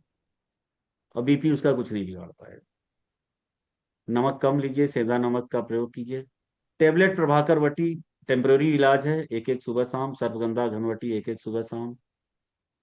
आप कहीं भी जाएंगे ना, यही सारी दवाइयां चलती हैं विक्रम जी, चाहे पतंजलि चले जाइए चाहे कहीं भी। विरेचन का कॉन्सेप्ट ही नहीं है ना, क्योंकि आपको जीवन भर दवाई खिलानी है। बिल्कुल बाबा बिल्कुल। रामदेव कहेंगे ये मुक्तावटी खा लो एकदम बीपी नॉर्मल हो जाएगा, दौड़ने लो। अरे भाई नॉर्मल नहीं करना है ना हमें बीपी, हमें बीपी ठीक करना है। बिल्कुल ठीक करना और नॉर्मल करना अलग। नॉर्मल का मतलब तो जीवन भर खाओ, ठीक मतलब कि कभी ना खाना पड़े। तो मैं तो वो उपाय बता रहा हूँ परमानेंट। और मुक्तावटी ये टेम्परेरी उपाय है, ध्यान रखिएगा। इमरजेंसी में बीपी हाई हो जाए तो सिर पे क्षीर वाला तेल कॉटन में भिगो के यहाँ रखिए, 7 लेयर बना के, एक एक के ऊपर एक लेयर, और 10 मिनट तक रखिए, बीपी डाउन कर देता है। योगा और प्राणायाम कराइए। और जो फार्मूला मैंने बताया, फल त्रिकादि क्वाथ शुगर वाला या गुड़ हरित की, से ये सारी दवाई बंद हो जाएगी। सिरोधारा भी करवाते हैं। अच्छा हाँ, 2 दवाई और नोट कर लीजिए बीपी के लिए, बड़ी अच्छी है। मांस्यादि क्वाथ और ब्रेन वाला काढ़ा। लिख लीजिए, मांस्यादि क्वाथ या ब्रेन वाला क्वाथ। ब्रेन क्वाथ अलग है, वो कल के लेक्चर में बताएंगे, और मांस्यादि क्वाथ अलग है। अगली जो बीमारी है हार्ट में ब्लॉकेज, जिसको बोलते हैं कोरोनरी आर्टरी डिजीज। देखिए, हार्ट में ब्लॉकेज हो जाता है, होता है ना ब्लॉकेज, सीने में दर्द होता है, चेस्ट पेन होता है, इसको बोलते हैं कोरोनरी आर्टरी डिजीज। जरा सा इसको पढ़ लेते हैं, ये क्या होती है। लास्ट है डिजीज, खत्म हो जाएगा 12-13 मिनट में खत्म हो जाएगा, क्योंकि मुझे भी, मेरे भी कुछ मरीज अभी आने वाले हैं, तो मैं भी जल्दी से फ्री हो जाऊं। हार्ट में ब्लॉकेज, हार्ट में प्लेक बनता है, ब्लॉकेज होता है। इसके कारण हार्ट को ब्लड नहीं मिलता, तो जो सीने में दर्द होता है उसको एंजाइना बोलते हैं। ये दर्द चेस्ट से स्टार्ट होता है और हाथ से होते हुए छोटी उंगली तक जाता है ये दर्द, और जबड़े से होते हुए सिर में भी जाता है। ये लाइफ स्टाइल, ये सब चीजों से हो सकता है। इसको बोलते हैं एथेरोस्क्लेरोसिस। एथेरोस्क्लेरोसिस होती है, प्लेक बनता है आर्टरी में, ठीक है। इसके कारण हाई ब्लड प्रेशर नहीं होता। हाई ब्लड प्रेशर से क्या होता है, वो प्लेक टूट जाता है, अब वो और आगे चला जाएगा और पूरा ब्लॉक कर देगा, ये खतरा होता है। जिसका कोलेस्ट्रॉल ज्यादा हो, डायबिटीज जिसको ज्यादा हो, मोटापा हो, स्मोकिंग करता हो, एक जगह बैठे रहता हो, ऐसे लोगों को ज्यादा होता है। जेनेटिक कारण भी देखेगा। अभी हरिद्वार में एक 22 साल 26 साल का एमबीबीएस डॉक्टर, हरिद्वार में अभी कल की न्यूज आई थी, वो कहीं उधम सिंह नगर या कहीं पोस्टेड था, पहाड़ पे कहीं पोस्टेड था वो। और डॉक्टर लड़का 26-28 साल का, उसको हार्ट अटैक आया, खत्म हो गया वो। एमबीबीएस डॉक्टर था वो। बताओ सर। तो हार्ट अटैक और हार्ट फेल दो अलग अलग चीजें होती हैं। क्योंकि न्यूज़पेपर में तो हार्ट अटैक लिखा था, लेकिन मुझे नहीं लग रहा हार्ट अटैक होगा, क्योंकि इतनी कम उम्र में ब्लॉकेज नहीं होता। तो हार्ट फेल अलग होता है। हार्ट फेल में क्या होता है, हार्ट एकाएक स्विच होता है हार्ट में, वो बंद हो जाता है। हार्ट में एक स्विच होता है, वो बंद हो जाता है, रोगी एकाएक ऐसे धड़ाम से गिर जाएगा, मर जाएगा। इसको बोलते हैं हार्ट फेल या कार्डियक अरेस्ट। एक कंडीशन होती है हार्ट अटैक। हार्ट अटैक में क्या होता है, सीने में दर्द होता है, और ये दर्द, ये ब्लॉकेज के कारण होता है। सीने में दर्द होता है, ब्लॉकेज, तो मैं उसको पढ़ा रहा हूँ कि ब्लॉकेज कैसे दूर। हार्ट फेल तो किसी का भी हो सकता है, हार्ट फेल एक नॉर्मल व्यक्ति का भी हो सकता है, ध्यान रखिए।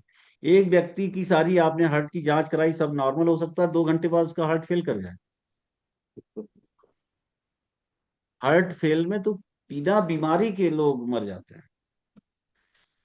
इसी को बोलते हैं, ऊपर स्विच है कोई भगवान के पास, स्विच ऑफ कर देते हैं बस, चल। लेकिन इसका एक इलाज आपको बता रखा है। हार्ट फेल का इलाज है सीपीआर, सीख लीजिए। चेस्ट को दबाना है जल्दी जल्दी, और मुंह से सांस लेनी है, हवा देनी है।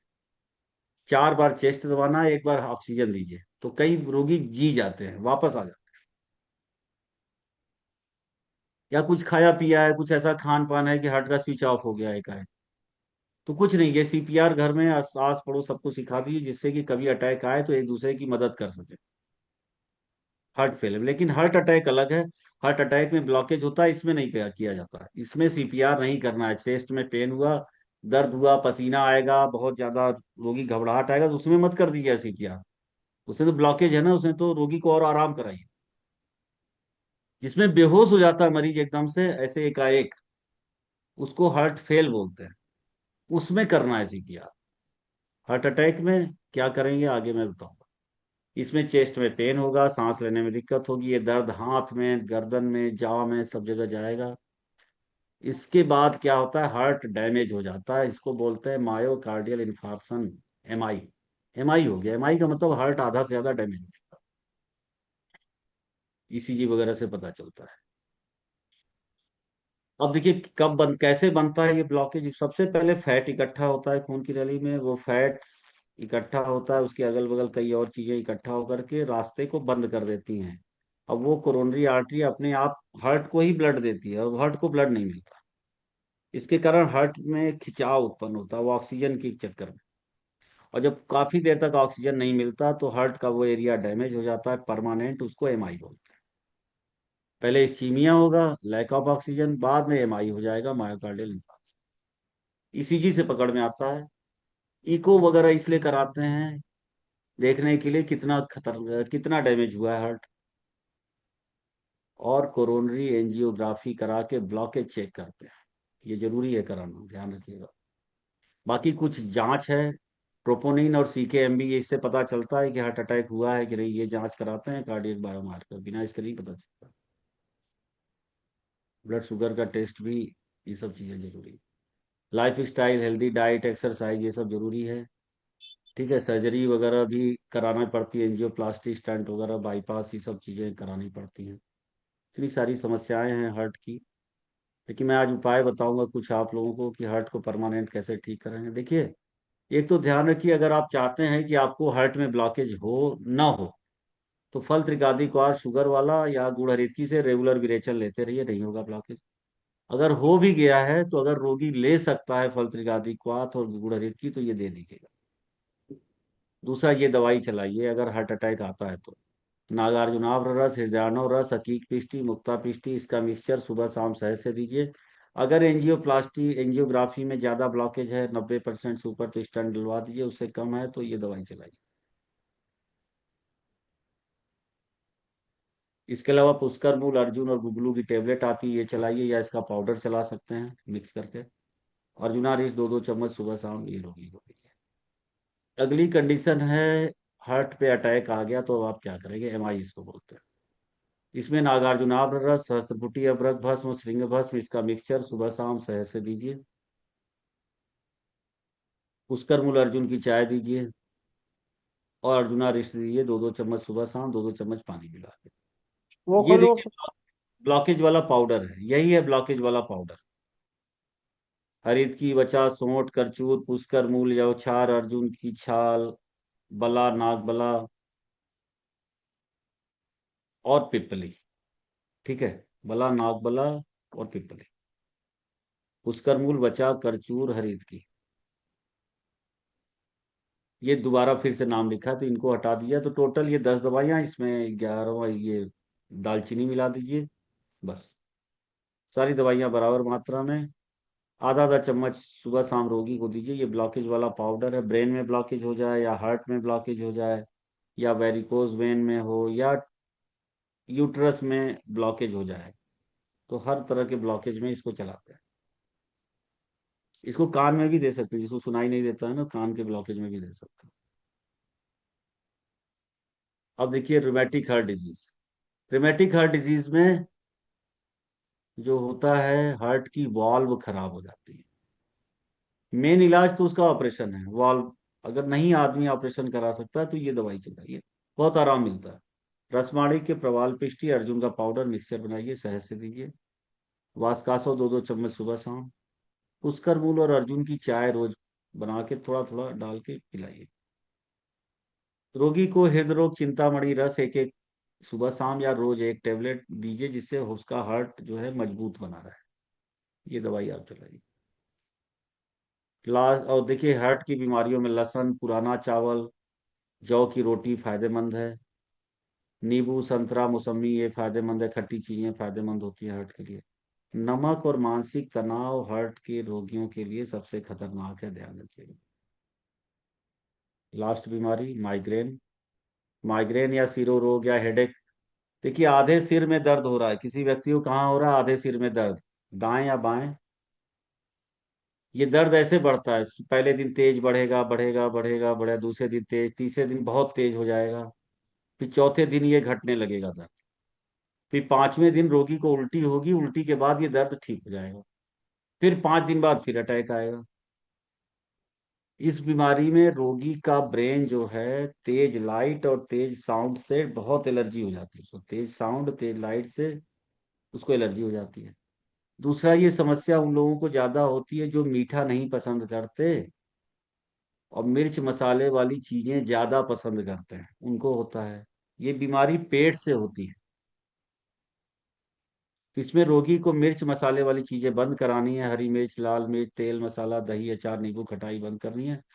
और उसको दूध और जलेबी शाम को खिलाइए, लिखा है आपके स्क्रीन पे तीसरे नंबर पे, दूध और जलेबी खिलाइए, 2 टुकड़ा जलेबी थोड़ा सा दूध मिला के रोज शाम को दीजिए। इसके अलावा सिरस उलादी वज्र रस, सीफाग्रेन टेबलेट, शुद्ध टंकण और पिपली का पाउडर, इसका मिक्सचर सुबह शाम शहद से दीजिए। पथ्यादि काढ़ा, ये बहुत इंपॉर्टेंट है, 4 चम्मच काढ़ा 6 चम्मच पानी में गर्म करके रोगी को सुबह शाम दीजिए। सूत शेखर रस 2-2 गोली सुबह शाम खाना खाने से पहले दीजिए। ये पेट को, देखिए इस बीमारी में पेट को ठीक रखने वाली दवाई देनी है और माइंड को ठीक रखने वाली, और खून की नली जिसकी फड़कती ज्यादा है उसको ज्यादा होने का चांस है। इस बीमारी में वात, पित्त और रक्त तीनों दोष प्रभावित होते हैं। इसमें सारस्वता रिस्ट भी देते हैं, 2-2 चम्मच सुबह शाम, लिखा है सारा आपके। पेट की दवाइयां हैं, अविपतिकर पाउडर और मुलेठी पाउडर आधा-आधा चम्मच सुबह शाम, मतलब पेट को ध्यान में रखते हुए रोगी का इलाज इसमें करना होता है माइग्रेन में। दूसरा, अगर तो कभी कभी माइग्रेन ऐसे लोगों को होता है जो एंजाइटी या डिप्रेशन में जाते हैं, तो उनको मांसयादी क्वाथ या ब्रेन क्वाथ भी देना पड़ता है, लिख लीजिए। पथ्यादि क्वाथ, मांसयादी क्वाथ तो परमानेंट ठीक हो जाता है। चलिए, आज का टॉपिक समाप्त हुआ, माइग्रेन भी हो गया। 10:30 बजे क्लास कंप्लीट। जिसको प्रश्न पूछना है प्रश्न पूछ लीजिए जल्दी से। प्रेरणा जी बताइए, कुछ पूछना है? तो जो माइग्रेन होता है, मेरी मदर को जो था माइग्रेन था, उसमें तो उन्हें अटैक आते थे, उनकी पूरी बॉडी ना शिविर करती थी, पूरी बॉडी अच्छा। हिलती थी।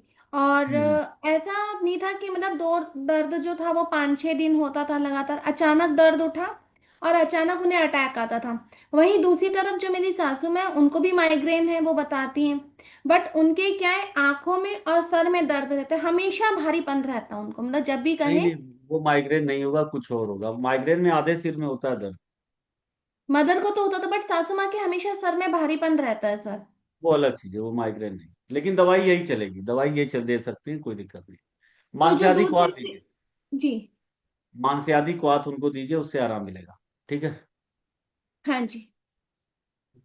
मांसयादी क्वाथ उनको चलाइए। ठीक। और सर जो नसों में नसें मोटी हो जाती हैं, गांठें बन जाती है, किसी किसी के शरीर में ना थोड़ी थोड़ी सी गांठें बन जाती है, मेरी मामी जी के हैं, जिया जी के लाइपोमा साथ। होता है, लाइपोमा। हाँ जी। लाइकोमा। वो लाइपोमा होता है, फैट इकट्ठा हो जाता है, वो अलग उसमें वही है। गुड़हरित की दीजिए, विरेचन उससे कराते रहिए। वरुणादि क्वाथ दीजिए, वरुणादि क्वाथ अच्छा काम करता है। ठीक है, जी। ठीक, वरुणादि धन्यवाद सर। क्वाथ। ठीक। ठीक। जी मैडम बताइए। नमस्ते सर। नमस्ते नमस्ते जी। सर एक पेशेंट है, मतलब सर उनको कॉन्स्टिपेशन रहा 2 महीने तक का, उसके बाद उनको अल्ट्रासाउंड में एसाइटिस थी, फिर उसका ट्रीटमेंट हुआ और सर वो पूरी तरह से ठीक हो गई। लेकिन ट्रीटमेंट के बाद जो उनको बीपी एक दिन चेक किया तो बहुत ज्यादा था, मतलब 150 110। और वो पहले उनको इस तरह की कोई भी प्रॉब्लम नहीं थी। तो सर इसमें क्या कर सकते हैं? बीपी उनका कंट्रोल करिए, चाहे जैसे भी। सर विरेचन अगर मतलब हो जैसे सके मैं। तो, विरेचन हो सके तो रेगुलर विरेचन दे करके ठीक कीजिए उनको। आज तो बताया भी ना मैंने बीपी के लिए। वो तो जी मरीज के सर, ऊपर हाँ डिपेंड करेगा कि वो दवा ले सकता है कि नहीं ले सकता है, फल त्रिकादि क्वाथ शुगर वाला। सर मतलब इसमें ये है ना कि इनका जो कॉन्स्टिपेशन जो है वही रीजन होगा, विरेचन देंगे। और इनको कुछ ऐसी मतलब पैथोलॉजी नहीं होनी चाहिए ना, हाँ क्योंकि तो विरेचन दे दीजिए, फल त्रिकादि क्वाथ शुगर वाले से रोज दीजिए विरेचन, 1 महीने में एकदम नॉर्मल हो जाए। जी सर। ठीक है, और वही सर एक। चलाइए। जी सर। और सर आपने बताया ना कि ILD जिसको हो ना उसमें ये नहीं देना है, सितोप्लाद और तालिशाद। हाँ वो मत दीजिएगा, क्यों दवाई खा ही नहीं क्यों पाएगा सर? ना, वो तो ऑक्सीजन पे रहता है हमेशा मरीज, ज्यादा दवाई नहीं अच्छा खा अच्छा। पाएगा, इसलिए कम से कम दवाई देनी है। जी सर। ठीक है। जी सर। जी सर, ये सेशन बहुत अच्छा है और थैंक यू सर। ये जो रिवीजन थैंक भी यू हो सर। रहा है ना हाँ सर, रिवीजन भी हो गागर में जाएगा ना इससे। सागर जैसा। ठीक ठीक, इसीलिए सर हमने बहुत कहा अच्छा रिवीजन। मतलब, अब देखिए सर बहुत 400 अच्छा लोग हैं मतलब। रिवीजन के लिए, रिवीजन के लिए मुश्किल से 7-8 लोग ही आ रहे हैं, देखिए फिर बाद में वो कहेंगे सर हमें रिवीजन करा दीजिए। आज मौका हाँ दिया है, सर। 450 लोग ग्रुप में फ्री में रिवीजन तो नहीं आ रहे हैं, बाद में कहेंगे सर रिवीजन करा दीजिए, अब कहाँ से कराएंगे फिर बाद में। और सर ठीक। जो मतलब ये नॉलेज मिल रहा है ना कि मतलब मेडिसिन इतनी सस्ती है, अगर एलोपैथ में जाते तो इतनी महंगी मतलब मेडिसिन है, और आपके एलोपैथ में माध्यम से देखिए, इतने लोगों को। एलोपैथ में क्या है, इलाज भी तो नहीं हो रहा ना, परमानेंट हो जाए तो कोई दिक्कत नहीं, देखिए हाँ परमानेंट अगर बीपी ठीक कर दे कोई डॉक्टर मेरा, मान लीजिए मुझे बीपी हो जाए और कोई डॉक्टर कहे हम 1 महीने आपको ठीक कर देंगे, आपको फिर दवाई नहीं खानी, तो मैं करूंगा उसका इलाज। लेकिन वो तो एक बार जी चालू कर दिए जीवन भर खाना है फिर वो, तो ये दिक्कत है। हम तो वो इलाज बताते हैं कि आपको दोबारा दवाई ना खानी पड़े, चाहे शुगर हो बीपी हो, कभी कभी लेना पड़े वो मैटर अलग है, लेकिन ये नहीं कि रेगुलर लेना पड़े। राहुल जी बताइए। सर जिसके जी। हार्ट में स्टंट डल गया हो हम्म। उसके लिए क्या करेंगे सर? वही ब्लॉकेज वाला पाउडर दीजिए, अर्जुना रिस्ट पिलाइए। देखिए स्टंट डला है, ब्लॉकेज था, लेकिन वो ब्लॉकेज हमारे हार्ट में तो 8-10 नली होती है ना, कहीं भी हो सकता है, दोबारा भी हो सकता है, हम्म। तो दोबारा ना हो इसलिए ब्लॉकेज वाला पाउडर और थोड़ा सा रेगुलर विरेचन देते रहिए उसको, चाहे गुड़ हरितकी से, चाहे फल त्रिकादि शुगर वाले से, चाहे त्रिफला से, वो मरीज के अकॉर्डिंग डिपेंड करता है, दोबारा ब्लॉकेज नहीं बनेगा। जी। उसका हाँ। इको स्प्रिंग चलता हो वो छूट जाएगा ना? हाँ इको स्प्रिन तो वही ना, सब बेकार दवाई है, इको स्प्रिन तो खून को पतला कर देता है। हाँ, ब्लड थिनर चल रहा। ब्लड थिनर, कल को उसको ब्लीडिंग हो जाएगा अगर ना, तो उसको रोक नहीं पाएगा कोई, मैं बता रहा हूँ, अगर चोट लगी, जैसे चोट तो कहीं भी लग सकती है, घर में ही गिर सकता है आदमी, चोट लगेगी तो ब्लड रुकेगा नहीं, ध्यान रखिएगा, वो जी। व्यक्ति ब्लीडिंग से मारा जाएगा। ठीक है जी। जी थैंक यू। ओके। एलोपैथ की दवाइयों का खतरा बहुत है ना, खून पतला करने की दवाई दे रहे हैं, पता चला ब्लीडिंग ही नहीं रुक रुक रही है। अब मेरे फादर के साथ यही हुआ ना, उनको ब्रेन हेमरेज हो चुका था, बीपी हाई था, हार्ट में ब्लॉकेज भी आया उनको, तो एलोपैथ के डॉक्टरों ने मना कर दिया कि इनको ब्लड थिनर नहीं देंगे, ब्लड थिनर देंगे तो ब्लीडिंग होने का चांस हो सकता है, हेमरेज होने का, और हेमरेज रोकने की दवाई देंगे तो खून गाढ़ा हो जाएगा, तो दोनों ही समस्या अलग हो जाती है। ठीक है। जी। इसीलिए आयुर्वेद का उपाय विरेचन कराते रहिए, सब ठीक रहेगा। मंजीत कौर जी। जी बताइए।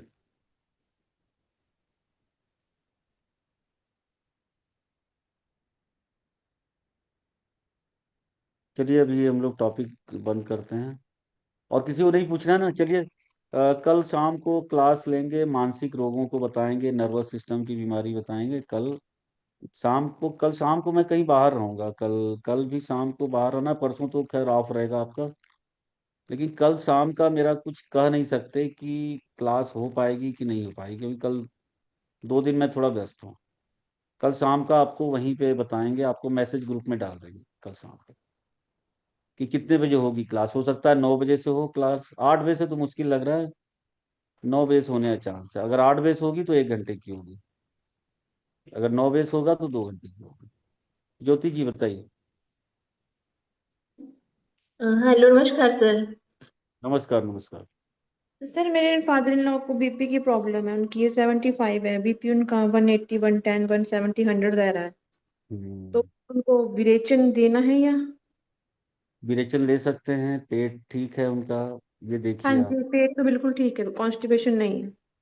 कॉन्स्टिपेशन नहीं तो दवा झेल भी तो नहीं पाएंगे, वो कॉन्स्टिपेशन वाला रोगी झेल लेता है दवा, हाँ जी। तो उनको एक बार छोटी हरड़ का पाउडर दे के देखिए। छोटी हरड़ का? उससे अगर मोशन आ जाता है तो वो सबसे ठीक है, अगर उससे विरेचन हो जाए उनको ना 2-3 मोशन, लेकिन रोज मत दीजिएगा क्योंकि उम्र ज्यादा है, कमजोरी ना हो जाए उनको। ठीक है। हाँ जी तो एक दिन छोड़ के उनको विरेचन दीजिए। दूसरा, मांस्यादि क्वाथ उनको चलाइए। जी तीसरा, ब्रेन वाला क्वाथ चलाइए। ठीक है, जी नोट कर लीजिए। छोटी अरहर के पाउडर से विरेचन, मांस्यादि क्वाथ, और ये देना है। बाकी पुष्कर मूल अर्जुन वाला जो मिक्सचर है वो, या ब्लॉकेज वाला पाउडर है, वो भी चला सकते हैं। जी या सर पुष्कर मूल अर्जुन का जो है चाय बना के एक ऐसा काम कीजिएगा, 1 कप पानी में थोड़ा पुष्कर मूल, 1 चुटकी, अर्जुन 1 चुटकी, ठीक है, दालचीनी 1 चुटकी, इसको हाँ जी मिला के उबाल लीजिए जी और इसकी चाय उनको सुबह शाम पिलाइए। जी ठीक है। एक ब्लॉकेज वाला पाउडर बताए थे वो भी दे सकते हैं, लेकिन मेन इलाज तो विरेचन है। जी सर बाकी मांसयादी क्वाथ माइंड पे काम करेगा। ब्रेन क्वाथ दीजिए, ब्रेन क्वाथ में सर्पगंधा पड़ी हुई है ऑलरेडी, हाँ जी वो चलाइए। क्योंकि देखिए टेबलेट चलती जरूर है लेकिन काम नहीं करती। मैं ये दवाई बता के वो नहीं चाह रहा हूँ देने के लिए। सर्पगंधा घनवटी देंगे तो डेली खाना पड़ेगा जीवन भर, वो हम्म जीवन भर है। तो मैं ये चाहता हूँ जीवन भर ना खाना पड़े। ठीक है, जी सर ठीक ठीक। ठीक आपने तो थैंक यू क्लास किया शायद ज्योति जी आपने। हाँ जी किया है सर चलिए ऐसे कर लीजिए, ठीक। ओके, चलिए आज की इस मीटिंग को समाप्त करते हैं। कि कल जो है मानसिक रोग और